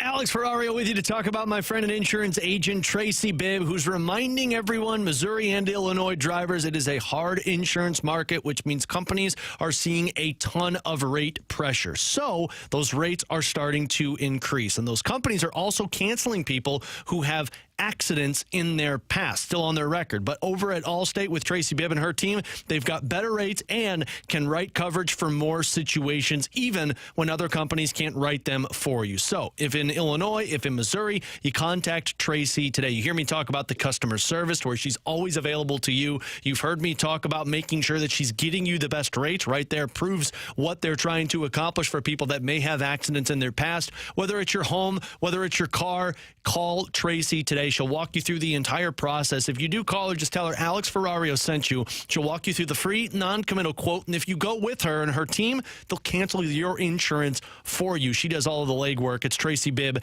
and her team. 314-328-4260, 314-328-4260. It's no fib. You're always in great hands with the Bibb.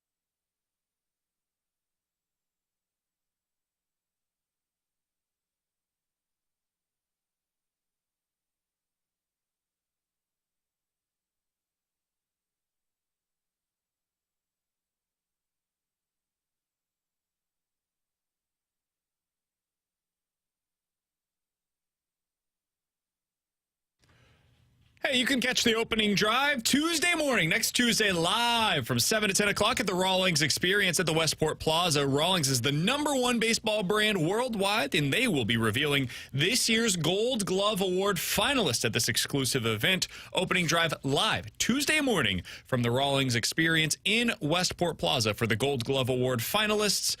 Get more details at 101ESPN.com. Fastlane coming up here in just a few minutes. Alex, to finish out the show today, just quick thoughts. Biggest takeaway from the game last night for the St. Louis Blues as they get off to a 1-0 start to the season was what? Their ability to push back in the game. They did not look good in the first period. They found the spark, and they capitalized on the spark. Is it going to continue? I hope not, because you have to have cleaner starts to the game and faster starts to the game.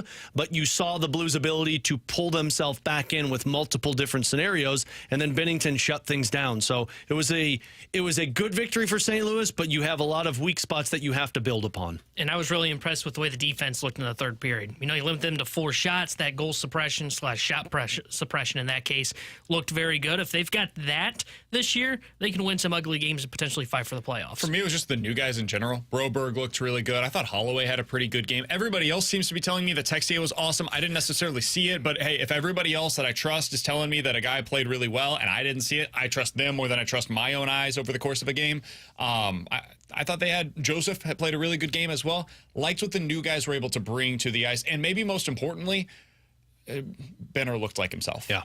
And over the course of the season, I do think this is a team that's once again going to struggle a bit at 5-on-5. They're going to need to lean on their goalies. They're going to need them to win them some hockey games. Last night, you saw the ability to do that once again. You were 29-1-1 last season when leading after 2 periods. It was tied for the fewest losses in the National Hockey League. They showed the ability to hold on to leads in the third period yesterday, and you hope that that's a calling piece for their team this season. If you want our full extended thoughts on the Blues from last night, you can check that out on the podcast page after the show today. 101ESPN.com and the free 101 ESPN app is where you go to find it. It's all presented by Dobbs Tire and Auto Centers. For Alex Ferrario and Tanner Hendrickson, I'm Brandon Kiley. Plenty of baseball throughout the evening tonight. We will react to that for you guys tomorrow. The Fast Lane's coming up next here on 101 ESPN.